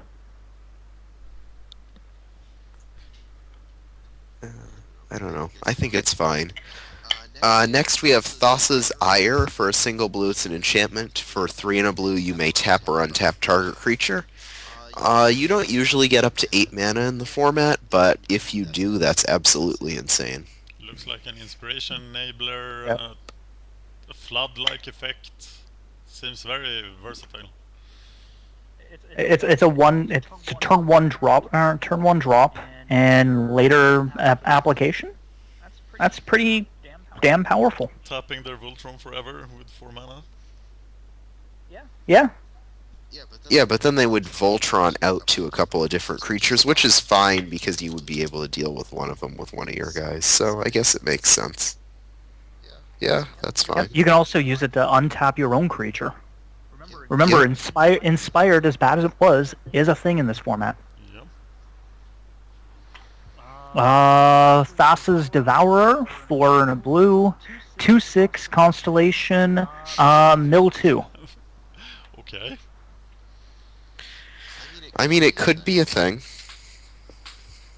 I Oh. think it's a bit overcosted, though. Does it have any support, or are you going to mill the opponent with just this card? You could do well with the number of enchantments that are in the block. You could, over time, do a fair amount of damage. Not to mention, again, we haven't seen much in the way of recursion from the graveyard to hand or to the battlefield yet. But remember Where that this effect is pointless unless you win. Yeah, but if you can get their bomb out of the deck and into the graveyard, But that's the way you shouldn't think about it, right? You can also enable their bomb by milling the cards that were before the bomb in the deck. true. You really can't think of it either way. You know, it's a fat butt and it has upside. Yes, but the upside is extremely conditional because you have to mill the entire deck for it to matter. Yeah, Right. it's not that great. So the question is it 2/6 body for 5 anything? I hated armor cantrix in M14. This Yeah, has it's one a- more toughness. It's a 2/6 body for 5 with very slight upside. I don't think it's great. Someone will prove me wrong, though. Next up, Rise of Eagles. 4 blue sorcery, put 2/2 bird enchantment creature tokens with flying onto the battlefield and scry 1. Eyes in the skies. This is what it costs if you want 2/2 birds. And scry. I don't think it's very good. I think it's 6 good. mana for 2/2 birds is... if it was an instant, it would be absolutely insane. It's you're getting your pure value out of it because a 2/2 bird with or 2/2 creature with flying is 3 mana. So you're getting that straight up for 6 is the exact same cost that you would get normally. Remember, On top of that, you get Scry 1, and these are enchantment creature tokens, which means they trigger Constellation. yeah, it's comparable to Talron's Invocation then at 2 more mana for scry 1 and the enchantment boost. That sounds like a very steep cost. But Talron's Invocation was a really good card in its day. In the format, in limited, I think it's worth it. It's it has value to it. It's more aggressively costed than your average common. It looks so And expensive. Jason's going to tell me I'm wrong. It does look expensive. It's way too expensive unless it was an instant. Even if it was an instant, it wouldn't be great because there aren't too many good counter spells in the format. How many 6-drops can you afford to play in Terraform? Yeah, exactly. I mean, if you're in a blue deck, there are so many other good 6-drops in the format. I mean, Can you play more than 2 6-drops? not really. You have Arbiter of the Ideal, Archetype of Imagination. I would even rather have a Siren of the Fanged Coast than this guy, to be completely honest with you. And then in Theros, you have Prognostic Sphinx is a 5, Shipbreaker Kraken is a 6. Sea God's Revenge is an uncommon. I would even rather have a Horizon Scholar, to be completely honest with you, because the Scry 1 is more beneficial in my mind um, than the Split of the Power. I would rather have Nimbus Naiad than this. So, to me, it's complete garbage. Yeah. Pull from the deep. Okay. 2 and 2 blue. Return up to 1 target instant card and up to 1 target sorcery card from graveyard to your hand. From graveyard to your hand. Exile pull from the deep. This screams constructed, right? This screams unplayable I think. in any It's- format. I think this is It's a sorcery. There's that thing from Innistrad that wasn't playable in Constructed, though, What was that? and it wasn't playable in Limited. Maybe it was from Dark Ascension. I'll Mana? find it. I think it was less, actually. Yeah, I think it was an uncommon as well. Non-foil. Mystic Retrieval. Return target instant or sorcery card from your graveyard to your hand for 4, with flashback of 2 and a red, and that never saw play. Okay, fair enough. I'm just having dreams of Okay. getting my ancestral recall and my force of will. Then why? Mystic Retrieval seems better. Okay, let's ditch Alright. this crap. Pin to the earth, 1 and a blue, enchant creature gets -6, -0. That's a lot of minus. It is a pretty big minus. Yeah, it's like Chant of the Skursfag or whatever from Innistrad. Yeah, I know which one you're talking about. It was -13, -0. Yep, for 3 That mana. thing, that was brutal. I used that in draft and just absolutely destroyed his creature. Well, that was actually removal in a sense. This is not. No. But All right, I mean, the it next deals card. with Voltron for a bit. I think it's okay, not great. The next card did not need to be printed, and if it was, since it was printed, it needs to be at a much higher rarity. Return target creature and all auras attached to it to their owner's hand. For 1 and a blue, 1 and a blue. at 1 and a common, blue. this is one of your first 3 picks. 1 and a blue. 1 and This a is- blue. This is Boomerang again. But remember, better. if this wasn't Theros, this card would be worse than Unsummoned. yeah, it is really a Theros card. Like, if there was Unsummon in this set, and it wasn't Bestow, like, Voyage's End is insane to begin with. If there was no Bestow in the set and Voyage's End was a thing, wow. That would be nuts. That's a lot of mana invested that is lost. Yeah. Looks great. Yeah. We're keeping Dan up. Yeah. Oh no, that was me. That was Oh, that was Jason. you. Cute, yo. Oh, it's Jason. Are we boring you? 5 o'clock, Maybe he was and looking I at Hour of Need. Hour of yeah, Need. I was actually reading the card. Hour of Need for 2 and a blue is an instant, and it has Strive for 1 and a blue.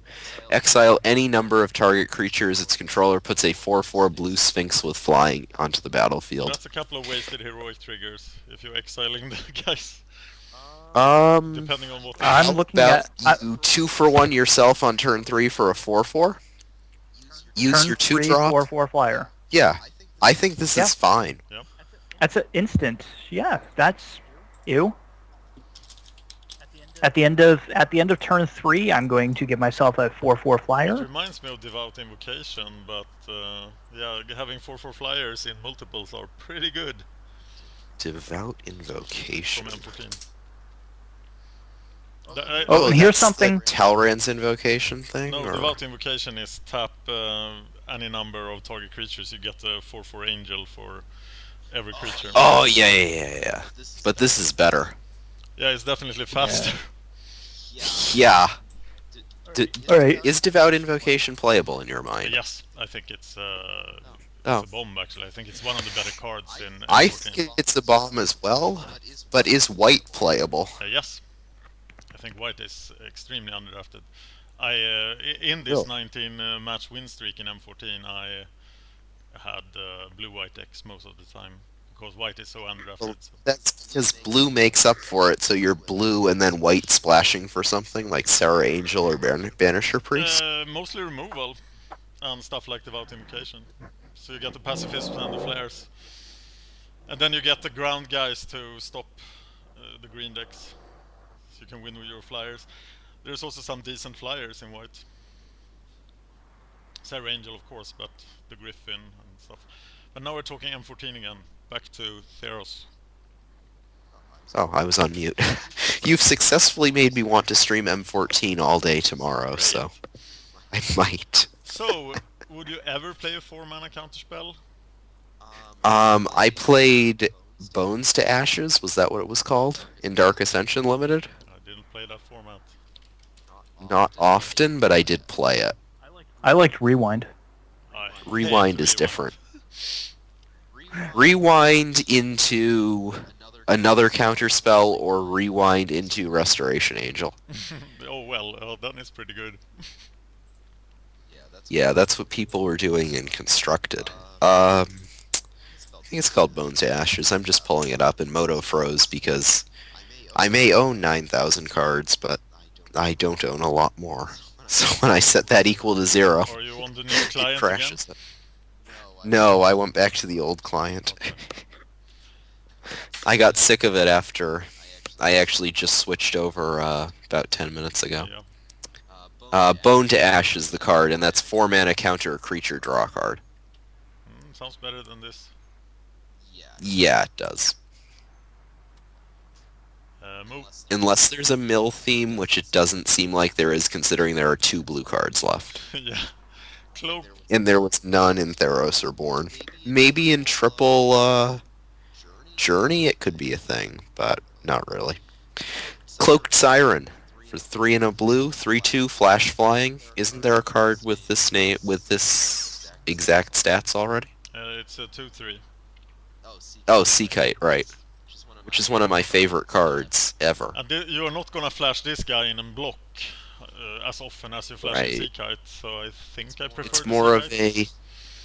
there's a good synergy I like in this format, where you're able to on turn 4 or 5 in a blue-green deck hold up counter magic and be able to flash in a creature end of turn if they do nothing. Nice. Because you have this guy, you have the Cockatrice, you have some other flash guys in the earlier formats. So I think a flash deck could be a thing. A 3/2 flyer for 4 is always playable, isn't it? In its own. Yeah, that's fine. I mean, what's the thing from Born of the Gods? I'm bad with card names, but I know what they do. Chorus of the Tides is insane in Born of the Gods. And that just has Heroic Scry 1, and it's a 4 mana, 3/2 flying. Yeah. 3/2 flyers for 4 mana in any format sounds pretty good. Yeah. And add-on flash. And yeah, I don't like blue. What do you like about aerial formation then? For a single blue, it's an instant. Any number of target creatures get +1/+1 and flying, and it has Strive for 2 and a blue. Blue-white heroic finisher, just like we had the red-white heroic finisher earlier. And I'm sure we'll have a white-white heroic finisher in a moment. Straight up over the top. Oh my god. Right. You guys keep talking. I've got to go for a sec. Yep. We are moving on to white then. Yep. Flyline Cranes, 3 white for 2/4 flyer. And when it enters the battlefield, put a +1/+1 counter on target creature. Which seems fine, right? 3/5 flyers for 5, yeah, that works. And this is flexible, so.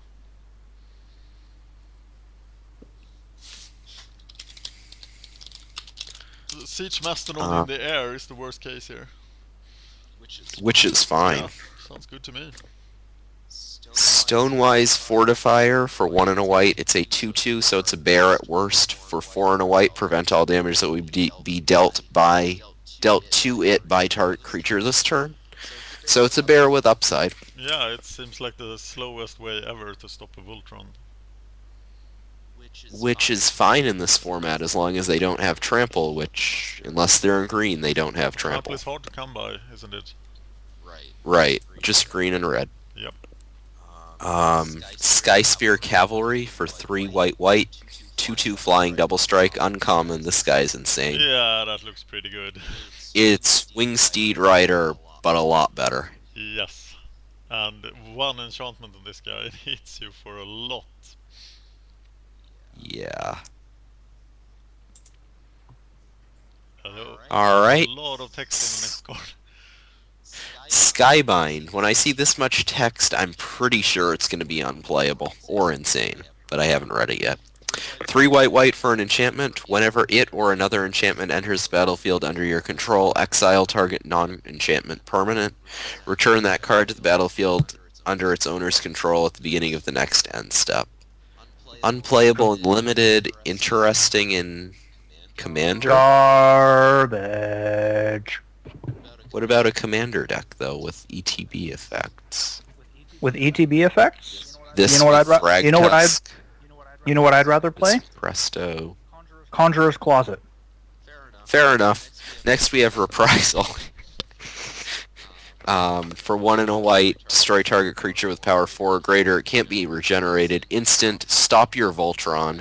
I like it. This is a reprint that is having its day now. It's like it's never seen a better block to be printed in, right? Was it good in its prior block? No, it was a sideboard card. Of course, in limited you'll play it, but it was a sideboard card in What was constructed. its prior format? It has been printed several times, I think. Oh. Because It was I've done a common. lot of the You Flash. sometimes see it in Pauper, actually. 7th edition, 6th edition, Alliances. I have... Did I draft Alliances? I don't know what the symbol So- is. Let me Anybody look. draft This Alliances? has never been No, I didn't draft Alliances. Never mind. so this has never been seen in Modern. Huh. What creatures? Oh! Tarmogoyf. Nice. White just got a Doomblade. Maybe there's a chance that the green-white hate bears or the death and taxes decks get a little bit more powerful with But this. what else can you target? Scavenging Oozes, Tarmogoyfs. And then affinity creatures that they make really big with Ravager, Interesting. which is usually Affinity's path to victory. If you're able to destroy the Ravager, they sack a bunch of guys to it, then throw it on a guy. Looks like a great, interesting reprint.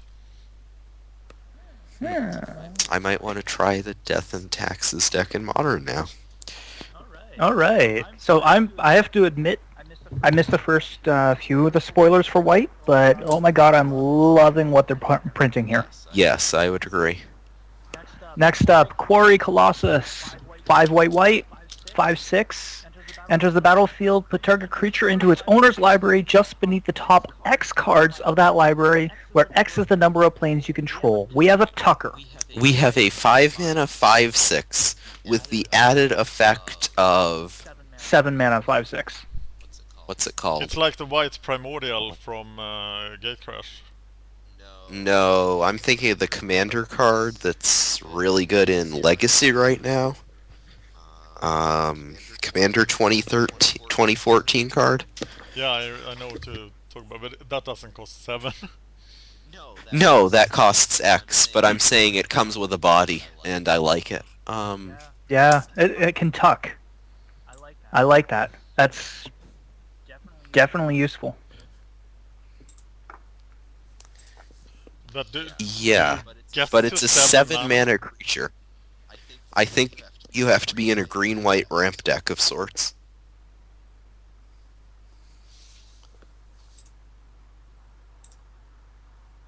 Hello?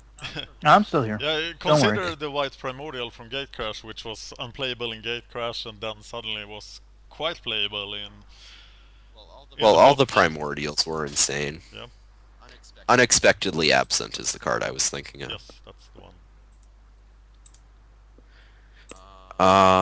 Fanlax Formation, this is the white finisher, but it's an uncommon this time. For 2 and a white, with Strive for 1 and a white, any number of target creatures each gain double strike, and it's an instant. Instant double strike. Instant I like double it. strike during combat with a heroic guy. Let's say you're in green-white heroic, Staunch-Hearted Warrior, suddenly punches you in the face for 8. Nice. Centaur Battlemaster punches you in the face for 12. I don't know. I think this card is good. Oresco Swiftclaw, 1 and a white for a 3/1. We've seen a ton of these. They're fine. I mean, we even have Spirit of the Labyrinth in this block. It's fine. It's not great. Now, what do you think about the Laguna Band Trailblazer? 1 white for an 0/4 with heroic +1/+1. No, you just want any other heroic 1-drop than a 0/4. Now, I know a 3-mana 1/4 was playable in Dragon's Maze draft.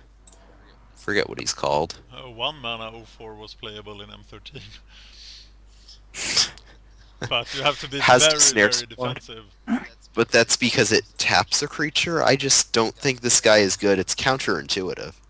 I mean, if this guy was like... He's very defensive. Well, I guess a 4/0 doesn't do anything. But in white heroic decks, you want to be aggressive, not defensive. Yeah, which makes him really weird. Yeah. But, I mean, a lot of people thought that about Hazda Snare Squad as well, and come to find out that he's actually insane. But, another format, another story. Yes. All right, next up, Greystone, take this. Leonin Iconoclast. 3 and a white, 3/2, heroic. Whenever you cast a spell that targets it, destroy target enchantment creature an opponent Looks controls. pretty good. Yeah, I like destroy target enchantment creature. So, That- 4 mana, 3/2 with heroic Doomblade. Yep, conditional Doomblade, but still Doomblade. Yep. Yep. Yep. Okay. Next. Mortal... I can't read it from here. This is all yours. Obstinacy? Does anybody know what obstinacy means? He's obstinate, Nope, he's you- irritating. You hate him. Okay. Makes sense. For a single white enchanted creature you control gets +1/+1, and whenever it hits a player, you can sack it to destroy an enchantment. Isn't this... Oh. Seems very reasonable in this Well, it's cycle. obstinate. Duh. Yeah, this is the best one of the cycle. I think it's good. We saw the red one earlier. Yep. Because it triggers heroic, it gives them +1/+1 for a while, then it destroys an enchantment if you need to. Yep. Next we have Oppressive Raise. I love this card. I For a love single this white, too. enchanted creature can't attack or block unless its controller pays 3. Activated abilities of the creature cost 3 more to activate. In just about any other format, this is absolutely insane, but in a Voltron format, when you're getting to turn 6 or 7, you can pay that mana with no issues. Yes. So it's a good card when you're ahead, but if you're behind, it does nothing. I think this is the natural progression of pacifist. What would pacifist be like if it just cost 1 mana? And I think this is... Pacifism meets Mana Leak. Yeah. I think Yeah. this will see constructed play in at least standard pauper, but maybe some other format too. I know. I still like it. I definitely It's like it. 1 white. It's white and it's common. It's pretty damn powerful. Next, a Crowan Mastiff. That's a big ugly dog. Why are you paying 4 mana for a 2/2 tapper? They have avoided tappers in this format, haven't they? Well, tappers are absolutely insane. Like, Afara's Warden is okay. And that's a 4 mana tapper that doesn't tap much. Here you're paying 4 mana for a 2/2 with white tap target creature. Tap the Voltron, enable inspired. You can do a lot It of enables things. inspired, it taps down their bomb. But it's a 4 mana 2/2. It's good when you're behind, but it's not good when you're ahead. Tap a blocker. I'm reminded of not Nev's Disc, not Isochron Scepter. What am I thinking of? I see many Oh. No. Why can't I remember it? It used to be a classic tap down card. Icy for four. Manipulator. Thank you. I know old cards apparently. But this is, I heard Mark Rosewater talk about tappers in Theros and how he really was like, we couldn't put any tappers in Theros because they would be insane. And here it is. Right. So you have to pay a All lot right. for it, but Next we have Armament of Nyx. For 2 and a white, enchanted creature has double strike as long as it's an enchantment. Otherwise, prevent all damage that would be dealt by it. So it is kind of like, It's like Bonds of Faith, but with double strike instead. well, I was thinking of another Innistrad card actually, like Ghostly Possession, Okay. except it's kind of worse. but it is It's extremely different. flexible and it doesn't ask anything of you. So it will either be, it will be good in whatever situation you are in. Right. There's enough enchantment creatures that, yeah, double strike, and it's double strike. Yeah. Yep. Yeah, and it's common. So next one is not too exciting. 2 and a white for a 2/1 flying vigilance. Well, 2 power flyer for 3. How? I mean, it's fine. I'm not complaining about a Windrake with Vigilance, right? Yeah, this is like a grade C limited card, isn't it? So that you want. This is like an average creature to put in a deck.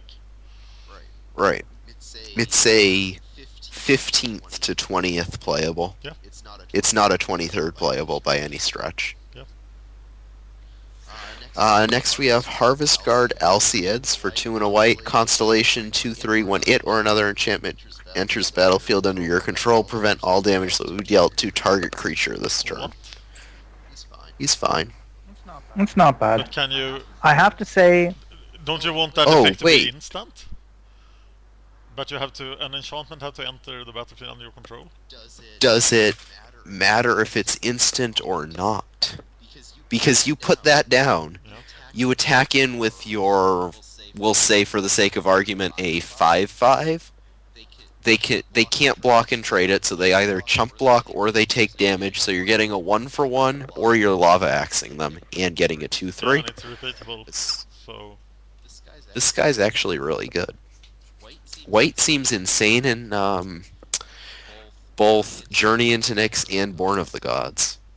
And Theros, excuse me. So, yeah, Journey into Nyx really ramped out the power curve for white to actually give it something. right. that it might And be then able you to have a new stand- Oblivion Ring too, which is nice. Yeah, loved when I saw that. I was so happy. You have to deal Um, with the Tension Sphere in Standard, so Yep. you That's Banishing Light, which was shown to us on April 17th. It functions almost the exact same way as Oblivion Ring. yes. yeah, except it's they O-Ring, except you can't disperse it in It's the response. fixed O-ring. Yeah. Yeah, it's the fixed O-Ring. We also had Deicide, which is 1 and a white, instant, exile target enchantment. If it's a god, search for all copies and exile them. Mono Blue Devotion is absolutely terrible now, because Thassa is their only path to victory except for Master of Waves, which Master can be dealt with by every deck except for the red burn decks. So this deck now loses to every deck with white in it. But still, it's Thassa is your only target in Mono Blue Devotion. Correct, but Thassa is what wins you the game against blue-white control, if you can even win that game, which you usually can't. But it just shores up the blue-white control matchup. The black-white devotion matchup is usually a favorable one. Now it isn't, Alright. because you can just never beat that card. Alright, to finish out the white for April 17th, Tethmos High Priest, 2 and a white, 2/3, heroic, return target creature card with converted mana cost 2 or less from your graveyard to the battlefield. That's fine, not great. It seems good in a heroic deck in the late game, but then again, what's a 1/1 or a 2/2 doing for you in the late game? Bestow creatures.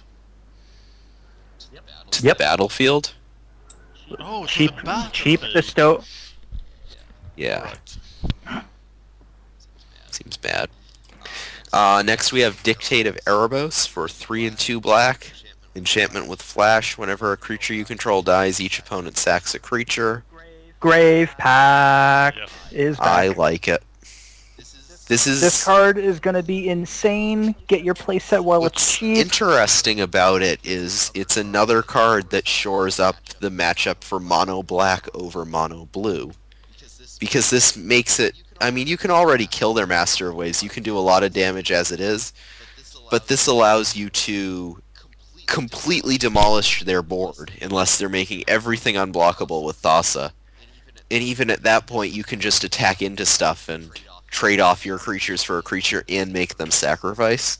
Five is a If they lot of sacrifice, 5 is a lot of mana, but you get to Grey Merchant every single game against Mono Blue. Mono Blue is a turn 5 deck.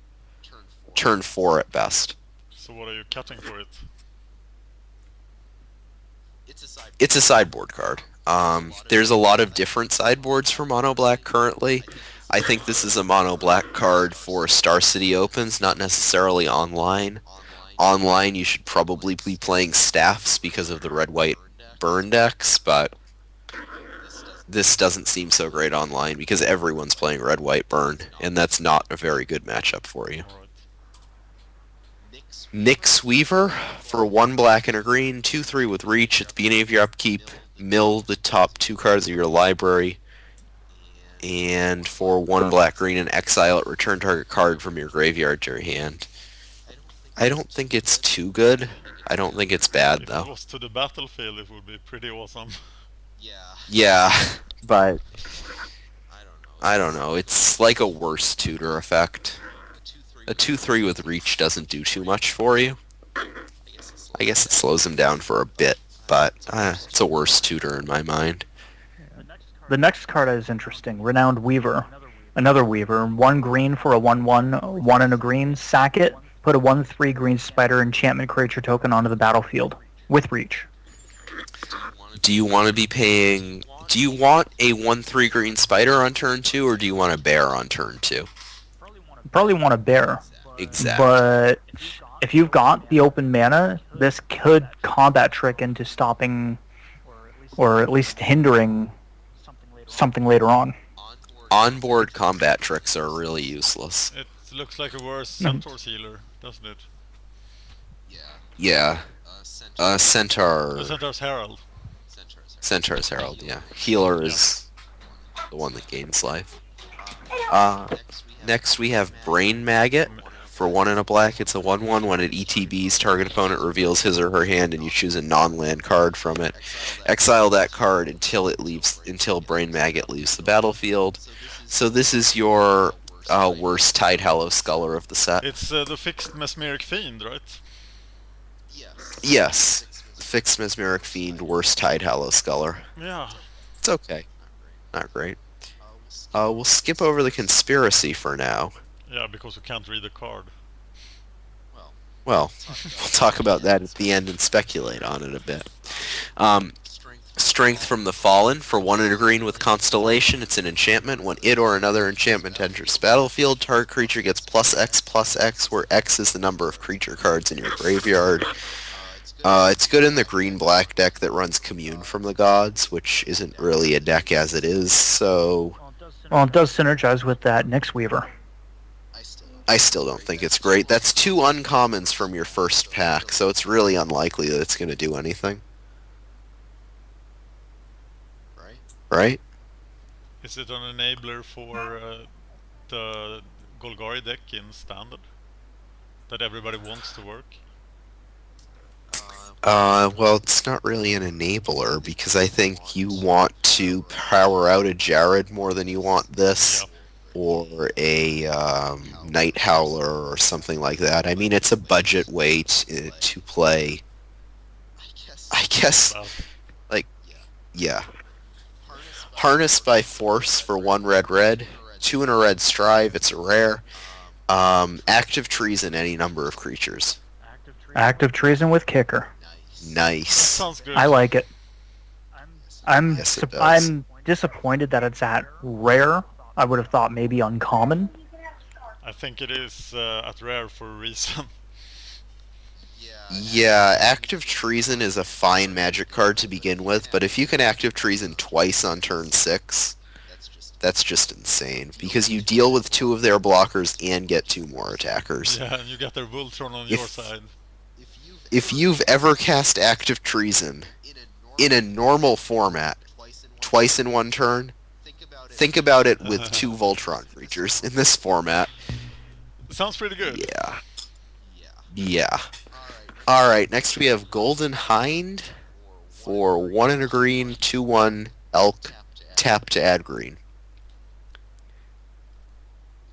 It's a ramp creature. I mean, it's It's a fine. ramp creature that will actually do something.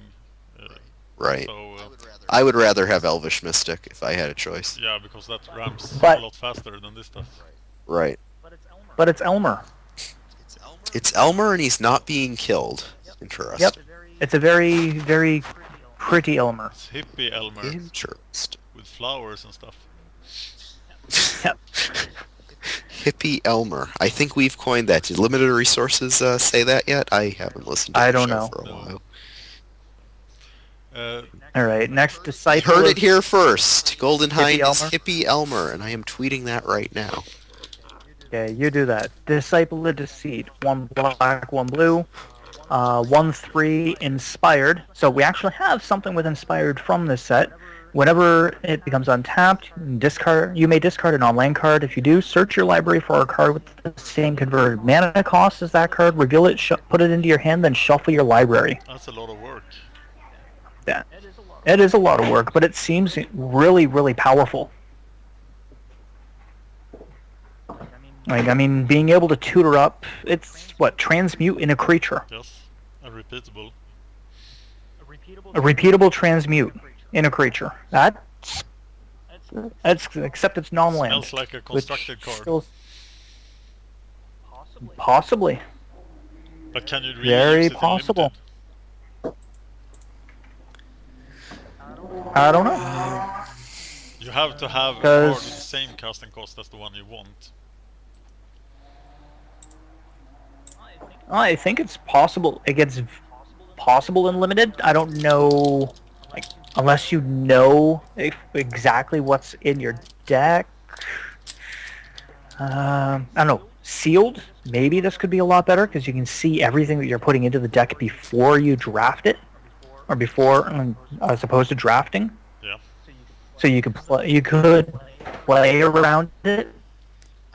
I mean, well, we should have been looking at Sealed this whole time, but a lot of the cards, like Knowledge and Power and that other one that was a Build Around Me card, in Sealed they're fine, but in Draft they're just terrible. And remember, you're only getting 2 packs, so it's tough. How much slower is sealed than draft in Teros? It's actually a faster It format. is. Yeah, because the people that have the heroic decks are usually really good ones. Alright.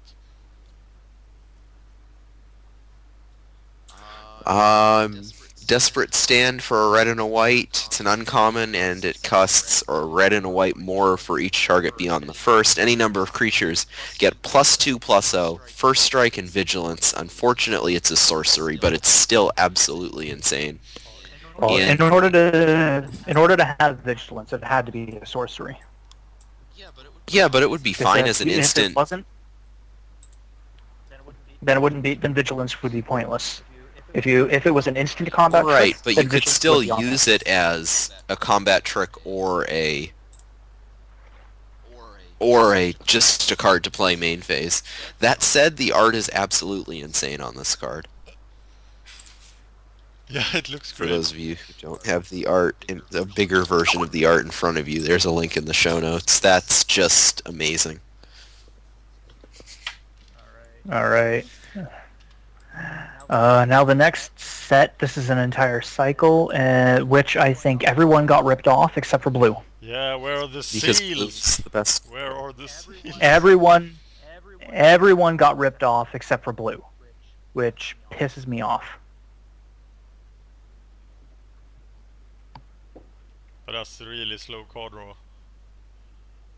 It's Not. Okay, Font of Vigor. Font of Vigor, I mean, 1 and a white for an enchantment, 2 and a white, sack it to gain 7 life. Garbage. 2 and a white. Yeah, not gonna. That's 2 and a Font white. of Return. Font of Actually, Font of Return. these are all existing cards that cost 1 more. That's Angel's Mercy.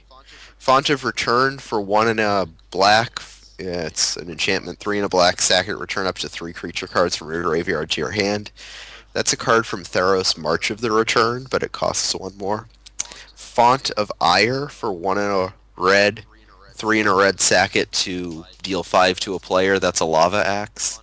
Font of Fertility for a green, 1 and a green. Sack it, get a basic land, put it onto battlefield, tapped, and shuffle. Rampant Garbage. Growth. That's actually not too bad, to be completely honest. yeah, that doesn't look very bad. Font of Fortunes is Divination, 1 and a blue, 1 and a blue, sack it, draw 2 cards. I like that one. Divination That's- is fine. It's the best. Yeah, Divination for 4. That's Yeah, a lot that's of If you mana wanted to- pay for if- divination. If Well, you want to cast trigger it, then Font on turn 2, then you Just let leave it up sit there. then you leave up Dissolve on turn 3. Right? Alright. Then you font at the end of turn if you don't have to dissolve anything. Or you just wait until the late game when you're out of cards and you play it early and you use it as a 2-mana divination at some point. You Yeah, just do right. it when you're out of gas. ranking these fortunes is the best. I'd probably put Ire or Fertility as the next, and the black and whites are unplayable. Fertility is better than Ire. I don't think Lava Axe is a good card in general. Unless Lava you Axe. have a bunch of them. Rampant Lava Growth sounds Axe is lot a better great than Lava. finisher. I'm sorry, Lava Axe at instant speed is a great finisher. But when they see it on board, they're... I mean, Lava Axe in M14 was fine because you surprised people with it. It's a 23rd playable, so you surprise people with it. But when you have your Lava Axe on board, unless they're at 5, they're not going to play around it. That said, all of these cards are cheap Constellation triggers. I don't know if Constellation will be a deck. There's a possibility that it might be. I'm disappointed in Constellation. I I was think it's expecting insane. more. I think some of them could see play in the Enchantress deck in Legacy.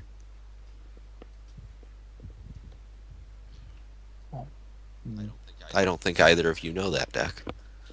The old Argothian Enchantress deck.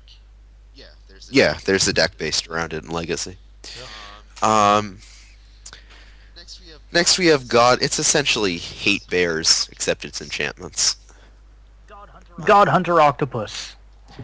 That's an awesome name, Yes. Yes, it is. and it's an octopus, which means that it survives Whelming Wave. Yeah, but it isn't very good, is it? 5/5. This is what blue has to do to But get it can't a 5/5 attack for unless 6 they can- mana. Yeah, can't attack. Or sorry, yeah, can't attack unless defending player controls an enchantment or an enchanted permanent. That's almost all but guaranteed in this set. Yes. Yep. That said, 6 mana 5/5 isn't great, especially with that downside. Yeah. Dictate of Heliod. It's powerful, but I have to say I'm a little disappointed Isn't this compared to the other dictates. isn't this very good? Giving all your creatures +2/+2 in limited is generally very good, and this flashes in as well. At 5 mana? Yeah. Remember I don't know, at the 5 thing mana. from Return to Ravnica cost 6 and gave +3/+3? Yep. That was extremely No. strong.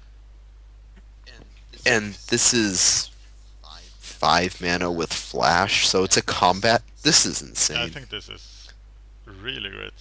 And that it will Now, play how in other about- formats as well.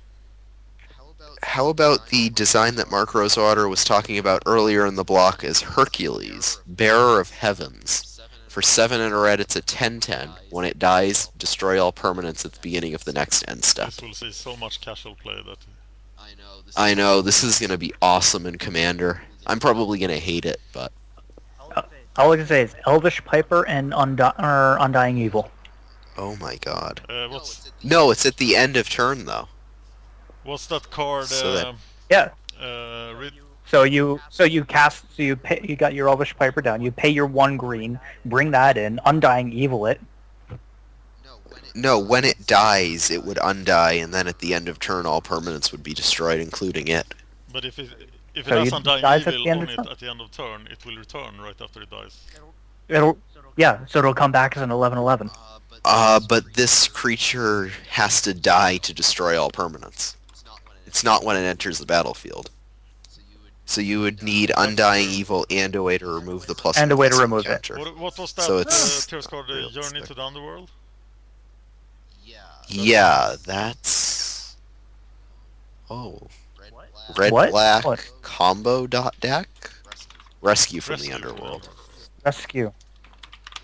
This next card I know you're going to like. What's the card that David likes for Boggles? That's the same thing. Aegis of the Gods. Yeah, This is True Believer. True Reprinted. Believer. Yes. And it Yep. costs less. No, it's the exact Oh, same I'm sorry. CMC. I always imagine the extra colored mana symbols is about a third of a mana extra. Yeah, no, it's the same CMC, but it's only a single white. But because of that, it's now a 2/1 instead of a 2/2. And you have Hexproof instead of Shroud. So Yeah. you can now cast Angel's Mercy on yourself. How good is Yeah. this against I- Storm? They'll have to remove it first. Leyline. and Leyline is better. Leyline is better. This can get bolted. Leyline can be Echoing Truth. This just has more answers than Leyline. But it's still a clock.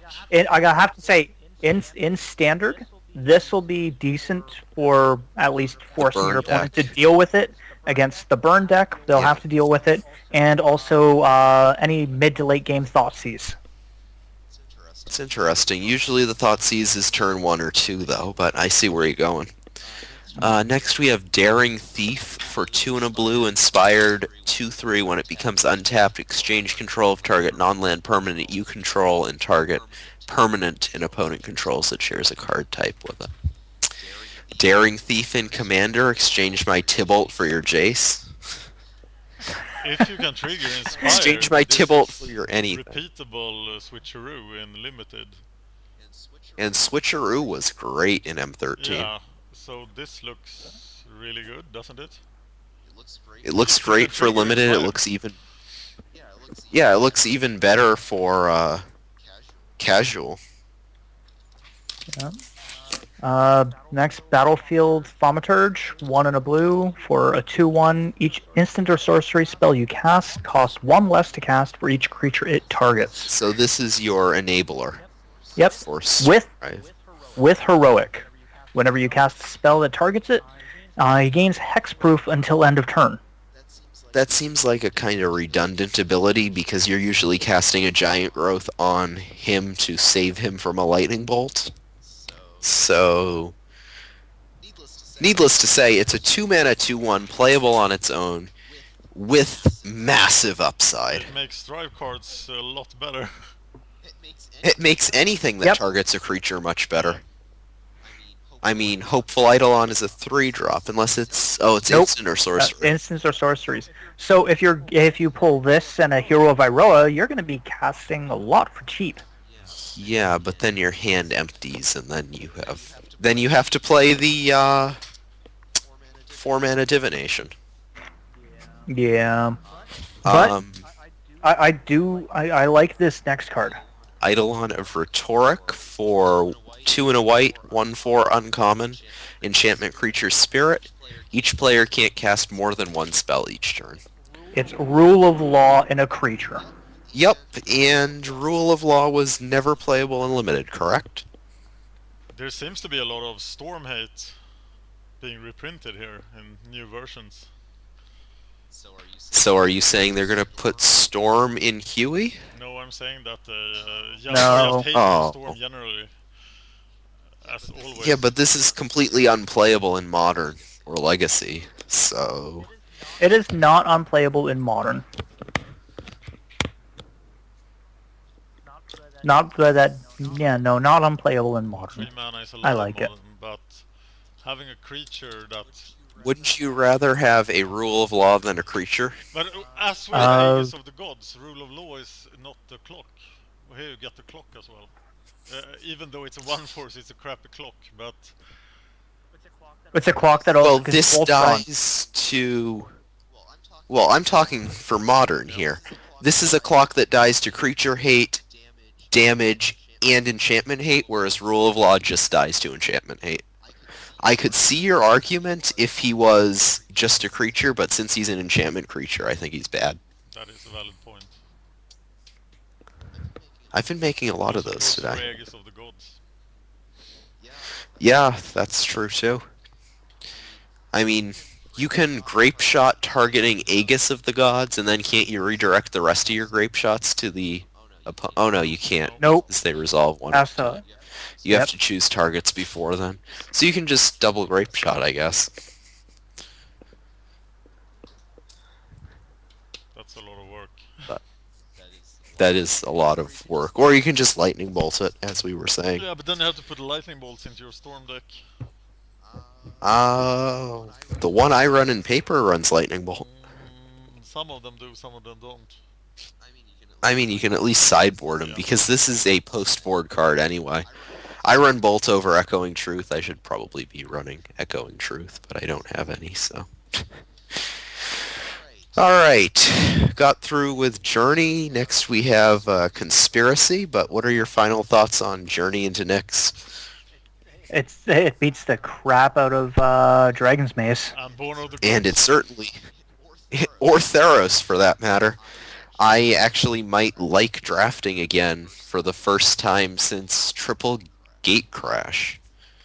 There's a lot of interesting cards in this set. Yes, I agree. I think it's going to be fun. Well, I guess Modern Masters, not Gate Crash, but... yeah, it looks interesting. I like the format. And I think it'll be fun. yeah, it's been a while since we saw a true last set as well. So, given that this will Yeah. not be... There will not be too many copies of this compared to the enormous amount of copies of Theros. I think there will be some great financial cards here. In Like what? a lot The of gods them, for actually. Commander? A lot of them for casual and for other formats as well. So I think, and Well, we don't know what will be relevant in next standard. So I think there will be a lot of That's sneakers true. here that will be worth quite a bit come February. I don't know if gods are going to be good post-rotation. That totally depends on what we are doing when we are going to Clans of Boogaboo or whatever its name is. What's it called? The number one speculation right now. Yui is actually overdue for an announcement. Yui was supposed to be, or it. Yes, they said they were going to announce it at Day 2 of Pro Tour Journey. Alright. So the number one speculation I've seen is that it's a bottom-up set designed around mechanics, and it's probably about clans, like a Mongol team, or Mongols attack the Chinese wall team, and that there's a risk of reprints from Portal 3 Kingdoms, because they want more of those cards, Oh. as they are so rare. So Okay. yeah, that's It'd be interesting. Yeah. I would love to see Portal reprinted. yeah, and they will I be mean, able just to for print- horsemanship alone. It's probably not horsemanship that they are looking for. For horsemanship alone, I mean, we haven't had anything like that since what, Shadow? I think so, yeah. And that was way back. Yeah, the last thing that had Shadow was what, Time Spiral. Yeah, that's interesting. I really don't like unblockability conditionally and limited. That's just I me think though. Wizards Design agree with you, and that's why we haven't seen it. And I think Shadow and similar abilities are unlikely to reappear. All right, so let's quickly go over Dak. Dak! So half Dak of Dak.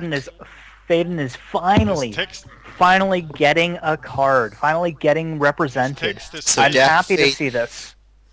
For 1 red, blue, 3 mana planeswalker. Ralzeric, Plus suck it. 1, target player draws 2 cards. -2, gain control of target. -6, you get an emblem, a spell that targets. this if the first ability is target player draws 2 cards, and the second ability is gain control of target creature, this is insane. Well, it's probably Well- target player draws 2 cards, then discards And 2 just- cards. The yeah, then sentence discards doesn't 2 cards. continue. There's a No, it's split down the middle, half yeah, of but the you card. see the end Yeah, of the they- sentence. You see 2 cards. Right, so it can say target player draws 2 cards, then And then, the target sentence player comma, ends then. after cards. Oh, okay. So No, it no, draws no. 2 cards, then discards 2 cards. Okay, yeah. it's yes. on a lower line. You're looking at the text, not the actual card. Oh, I'm looking at the card. I see what you mean. Yeah, it's on a different line, so they There's can some text say in something. between there. A lot of text in between. It's probably gain control of target non-land permanent or non-creature permanent. Sounds pretty good. And we don't know Or what gain is, control. Until end of turn wouldn't fit. So, we don't know how big it is. right. And then you get an emblem, a spell that targets, so it's probably something like, I don't know, maybe like Venser. Well, the top comment that they've got on Mythic says the -6 is at Veda. You get an emblem with whenever you cast a spell that targets a player, you draw 2 cards.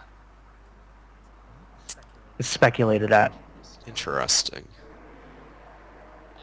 Yeah, the -2 could be gain target creature or Artifact. whatever. Gain control of target artifact. Oh yeah, blue is known for. F blue. This is pure flavor. Pure flavor. Dak Blue is a is known thief. to steal artifacts. Dak is a thief. Right. I wonder how many But, of the conspiracy cards will make it into Vintage Masters. You know, I'm seeing the last one. The last one will probably put something on the field whenever you cast a spell that targets a player. Deal damage, because there is no red to other than the draw 2 cards, discard 2 cards, which is still a blue mechanic. Well, faithless looting, but yeah. Yeah. Looks like a lot of text to put in there. A spell that targets a deal Yeah, because it's damage only to 2 target. lines. That doesn't fit, I don't know. Useless speculation is useless, right? probably. Anything else? Oh, the new card type. Have any of you played Hearthstone? No, I'm about to do it actually on Thursday night. I'm scheduled to play some Hearthstone. Nope. Still haven't played Hearthstone. So, Conspiracy is the card type, and it looks like a little scroll. And then there's the artwork, but it looks like a scroll. I think Conspiracy is only for this set. Am I correct by that? It's the only what? Is only for this set. It won't be in future sets. Well, I read somewhere they said that there's 13 cards that are being printed in Conspiracy that are not vintage legal. That probably is the Conspiracy. That's probably the 13 Conspiracy cards. I think that conspiracies function like secrets do in Hearthstone, and what secrets do in Hearthstone is you pay a certain amount of mana, you set it face down, you should tell your opponent you have a secret, and then when something happens, your secret triggers and it happens. So it's kind of like a morph card. No, I'm wondering if it's anything like a plane chase. But we have already seen conspiracy Where- cards without the conspiracy ability that is illegal in Vintage. The specific draft cards, right? Right, like Clockwork Librarian. Okay. Well, I guess that would be fine in Vintage, but No, but So, it yeah. doesn't make sense in Vintage, right? So it can't be Vintage legal. true. Well, there's no. He can just be a 3-mana Yeah. 2/2 because he does Yes. nothing. So yeah. Um, 65 unique cards. We've seen 4 of them. Interesting. Yeah, my question from earlier then, I wonder how much space they will give for conspiracy cards in Vintage Masters. Well, if there are 13 that are not legal, you have to do at least 10 if it's a new card type, so Yeah. probably all 13 are conspiracies. But does that mean that we That'd get be the my other guess. cards in Vintage Masters? Because they would be reluctant In- to print new cards that are not available online. Well, in Vintage Vintage Masters, Masters is supposed I don't to know contain because a lot of conspiracy cards, or some amount of because conspiracy Mark I Mark think Rosewater. Vintage Masters is supposed to contain the conspiracy cards that are going to be meaningful in Vintage. So, like, if Dak Faden ends up being a Legacy/Vintage card, Dak would be in the set, but But that's like too. There's Magister no way of they can Earth, for anticipate example, that. is not going to be a Vintage card, so that probably won't be in the set. No, they're not gonna. None of Conspiracy is going to be in Vintage. In Vintage No, Masters, it will Oh, be. it is? they can't. I thought they Yeah, were. I don't- it's I don't officially see stated how- that some vintage cards, some conspiracy cards. Yeah, I will thought be, the ones that function within the current limits of Magic would. Okay, because that I needs- don't see the. Well, none of the cards have ever been played in Vintage, so why? How could that be a quote unquote Masters One set? of the points of Vintage Masters is to reduce the amount of cards that are not available online. So Right. adding to the amount of cards that are not available online doesn't make a lot of sense. Right. So I think what they're going to do is exactly what you were saying. Well, they have officially stated that they're going to put some in. I don't remember what the number was or if there was a number. And that makes me. There's a lot of people sort of speculating in buying vintage cards online now. But that seems Yeah. extremely risky because the relevant vintage cards will be reprinted. Well, depends how relevant. Like, what's a good vintage card that's not a huge vintage card? Days. No. Something that's No, online already They're that's going vintage. to reprint for Legacy as well. Yeah. Yeah. And I think Days is like an extremely likely reprint. Yeah. Well, Jace got reprinted in From the Vault 20 and stayed around for what, 3 months or something? So if you wanted your Jaces, you have no excuse for not getting them. Yeah, Jace right? seems to be a pretty good pickup right now. Especially the. Well, he's actually the already From the started Vault Days, spiking. which hasn't spiked yet. Well, from the foil promos, which I'm considering that a promo, don't really go up that much. But if people want to play Jace and are offered, do you want to pay 100 for the World Wake or 25 for the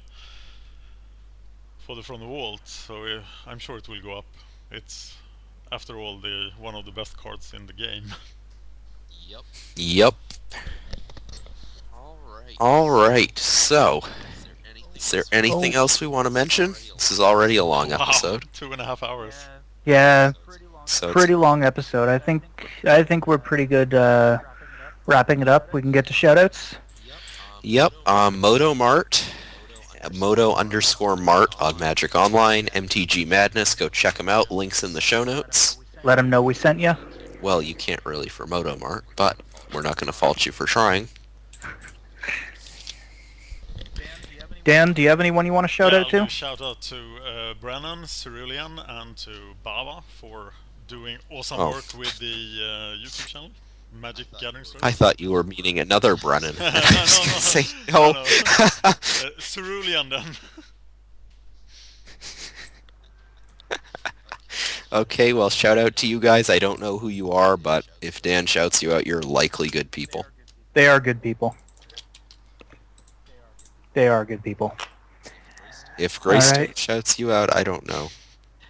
I trust. Now you're neutral to them. Yeah, now I'm neutral. I don't know, guys. You're probably not listening, but yeah, no. So, yeah, And shout out to Pauper to the People, who I'm gonna cast with in 4 hours. 4.5 hours, and I'm supposed to sleep in between there. I was gonna say Oh, you're just God. up all night. And I'm taking a All train night in 8 long, all hours. night. Now, Oh, instead of sleeping, there's this thing called coffee That's And drafting. and drafting. Drafting will Oh keep you my up. god. You could do a draft right now. Stream wait, a wait, wait. draft. You Stream a draft. evil tempter. I don't stream, but I could do drafts. You should. You could record a draft. No, you should stream a draft so that I can heckle you in chat. Would be Well, oh, we just missed a daily trigger, didn't we? What was the daily? I don't know. It'd be at 6 o'clock. Well, Well, the next daily is Theros block sealed. at 7? Wait. Ooh, wait, I'm looking at the wrong thing. It's Monday. Monday, 6 p.m. I'm just Standard opening daily. a client. Next would be Tuesday, modern. Yeah. So your next daily would be if modern. you want to borrow Mono Black Control and Standard, I could do that. Oh, Standard fired. Yeah, standard fire. Limited champs at 7:30, Dan, in an hour and 20 minutes. Do not tempt me. You can do it. do it. Do it! Oh, come on. You want Popper the people being sleep deprived would be awesome. Probably. Yes, sleep deprived with coffee. Yeah, I just finished my 5th cup of coffee during this podcast. So And you how are you haven't- going to sleep with all that caffeine? By in you? being Oh, wait, and he exhausted. hasn't had to go to... And you haven't had to go to the bathroom once. You are a champ. Maybe Yes. I did go to the bathroom. Okay, yeah, we're I supposed went to the keep bathroom this. once and I just had a glass of water. Yeah. Well, Oh, this has been great, guys. Yes, thank you Yep. for coming on. Contact information. Well, do you want to plug your site that you're probably listening to the show on and YouTube channel and all that Yeah, I'll nonsense? plug the YouTube channel. It's Magic Gathering Strat, and or Fan of History then, because I'm running 7 YouTube channels now, but those 2 are the relevant ones. And the best way to contact me would be on Magic Gathering Strat.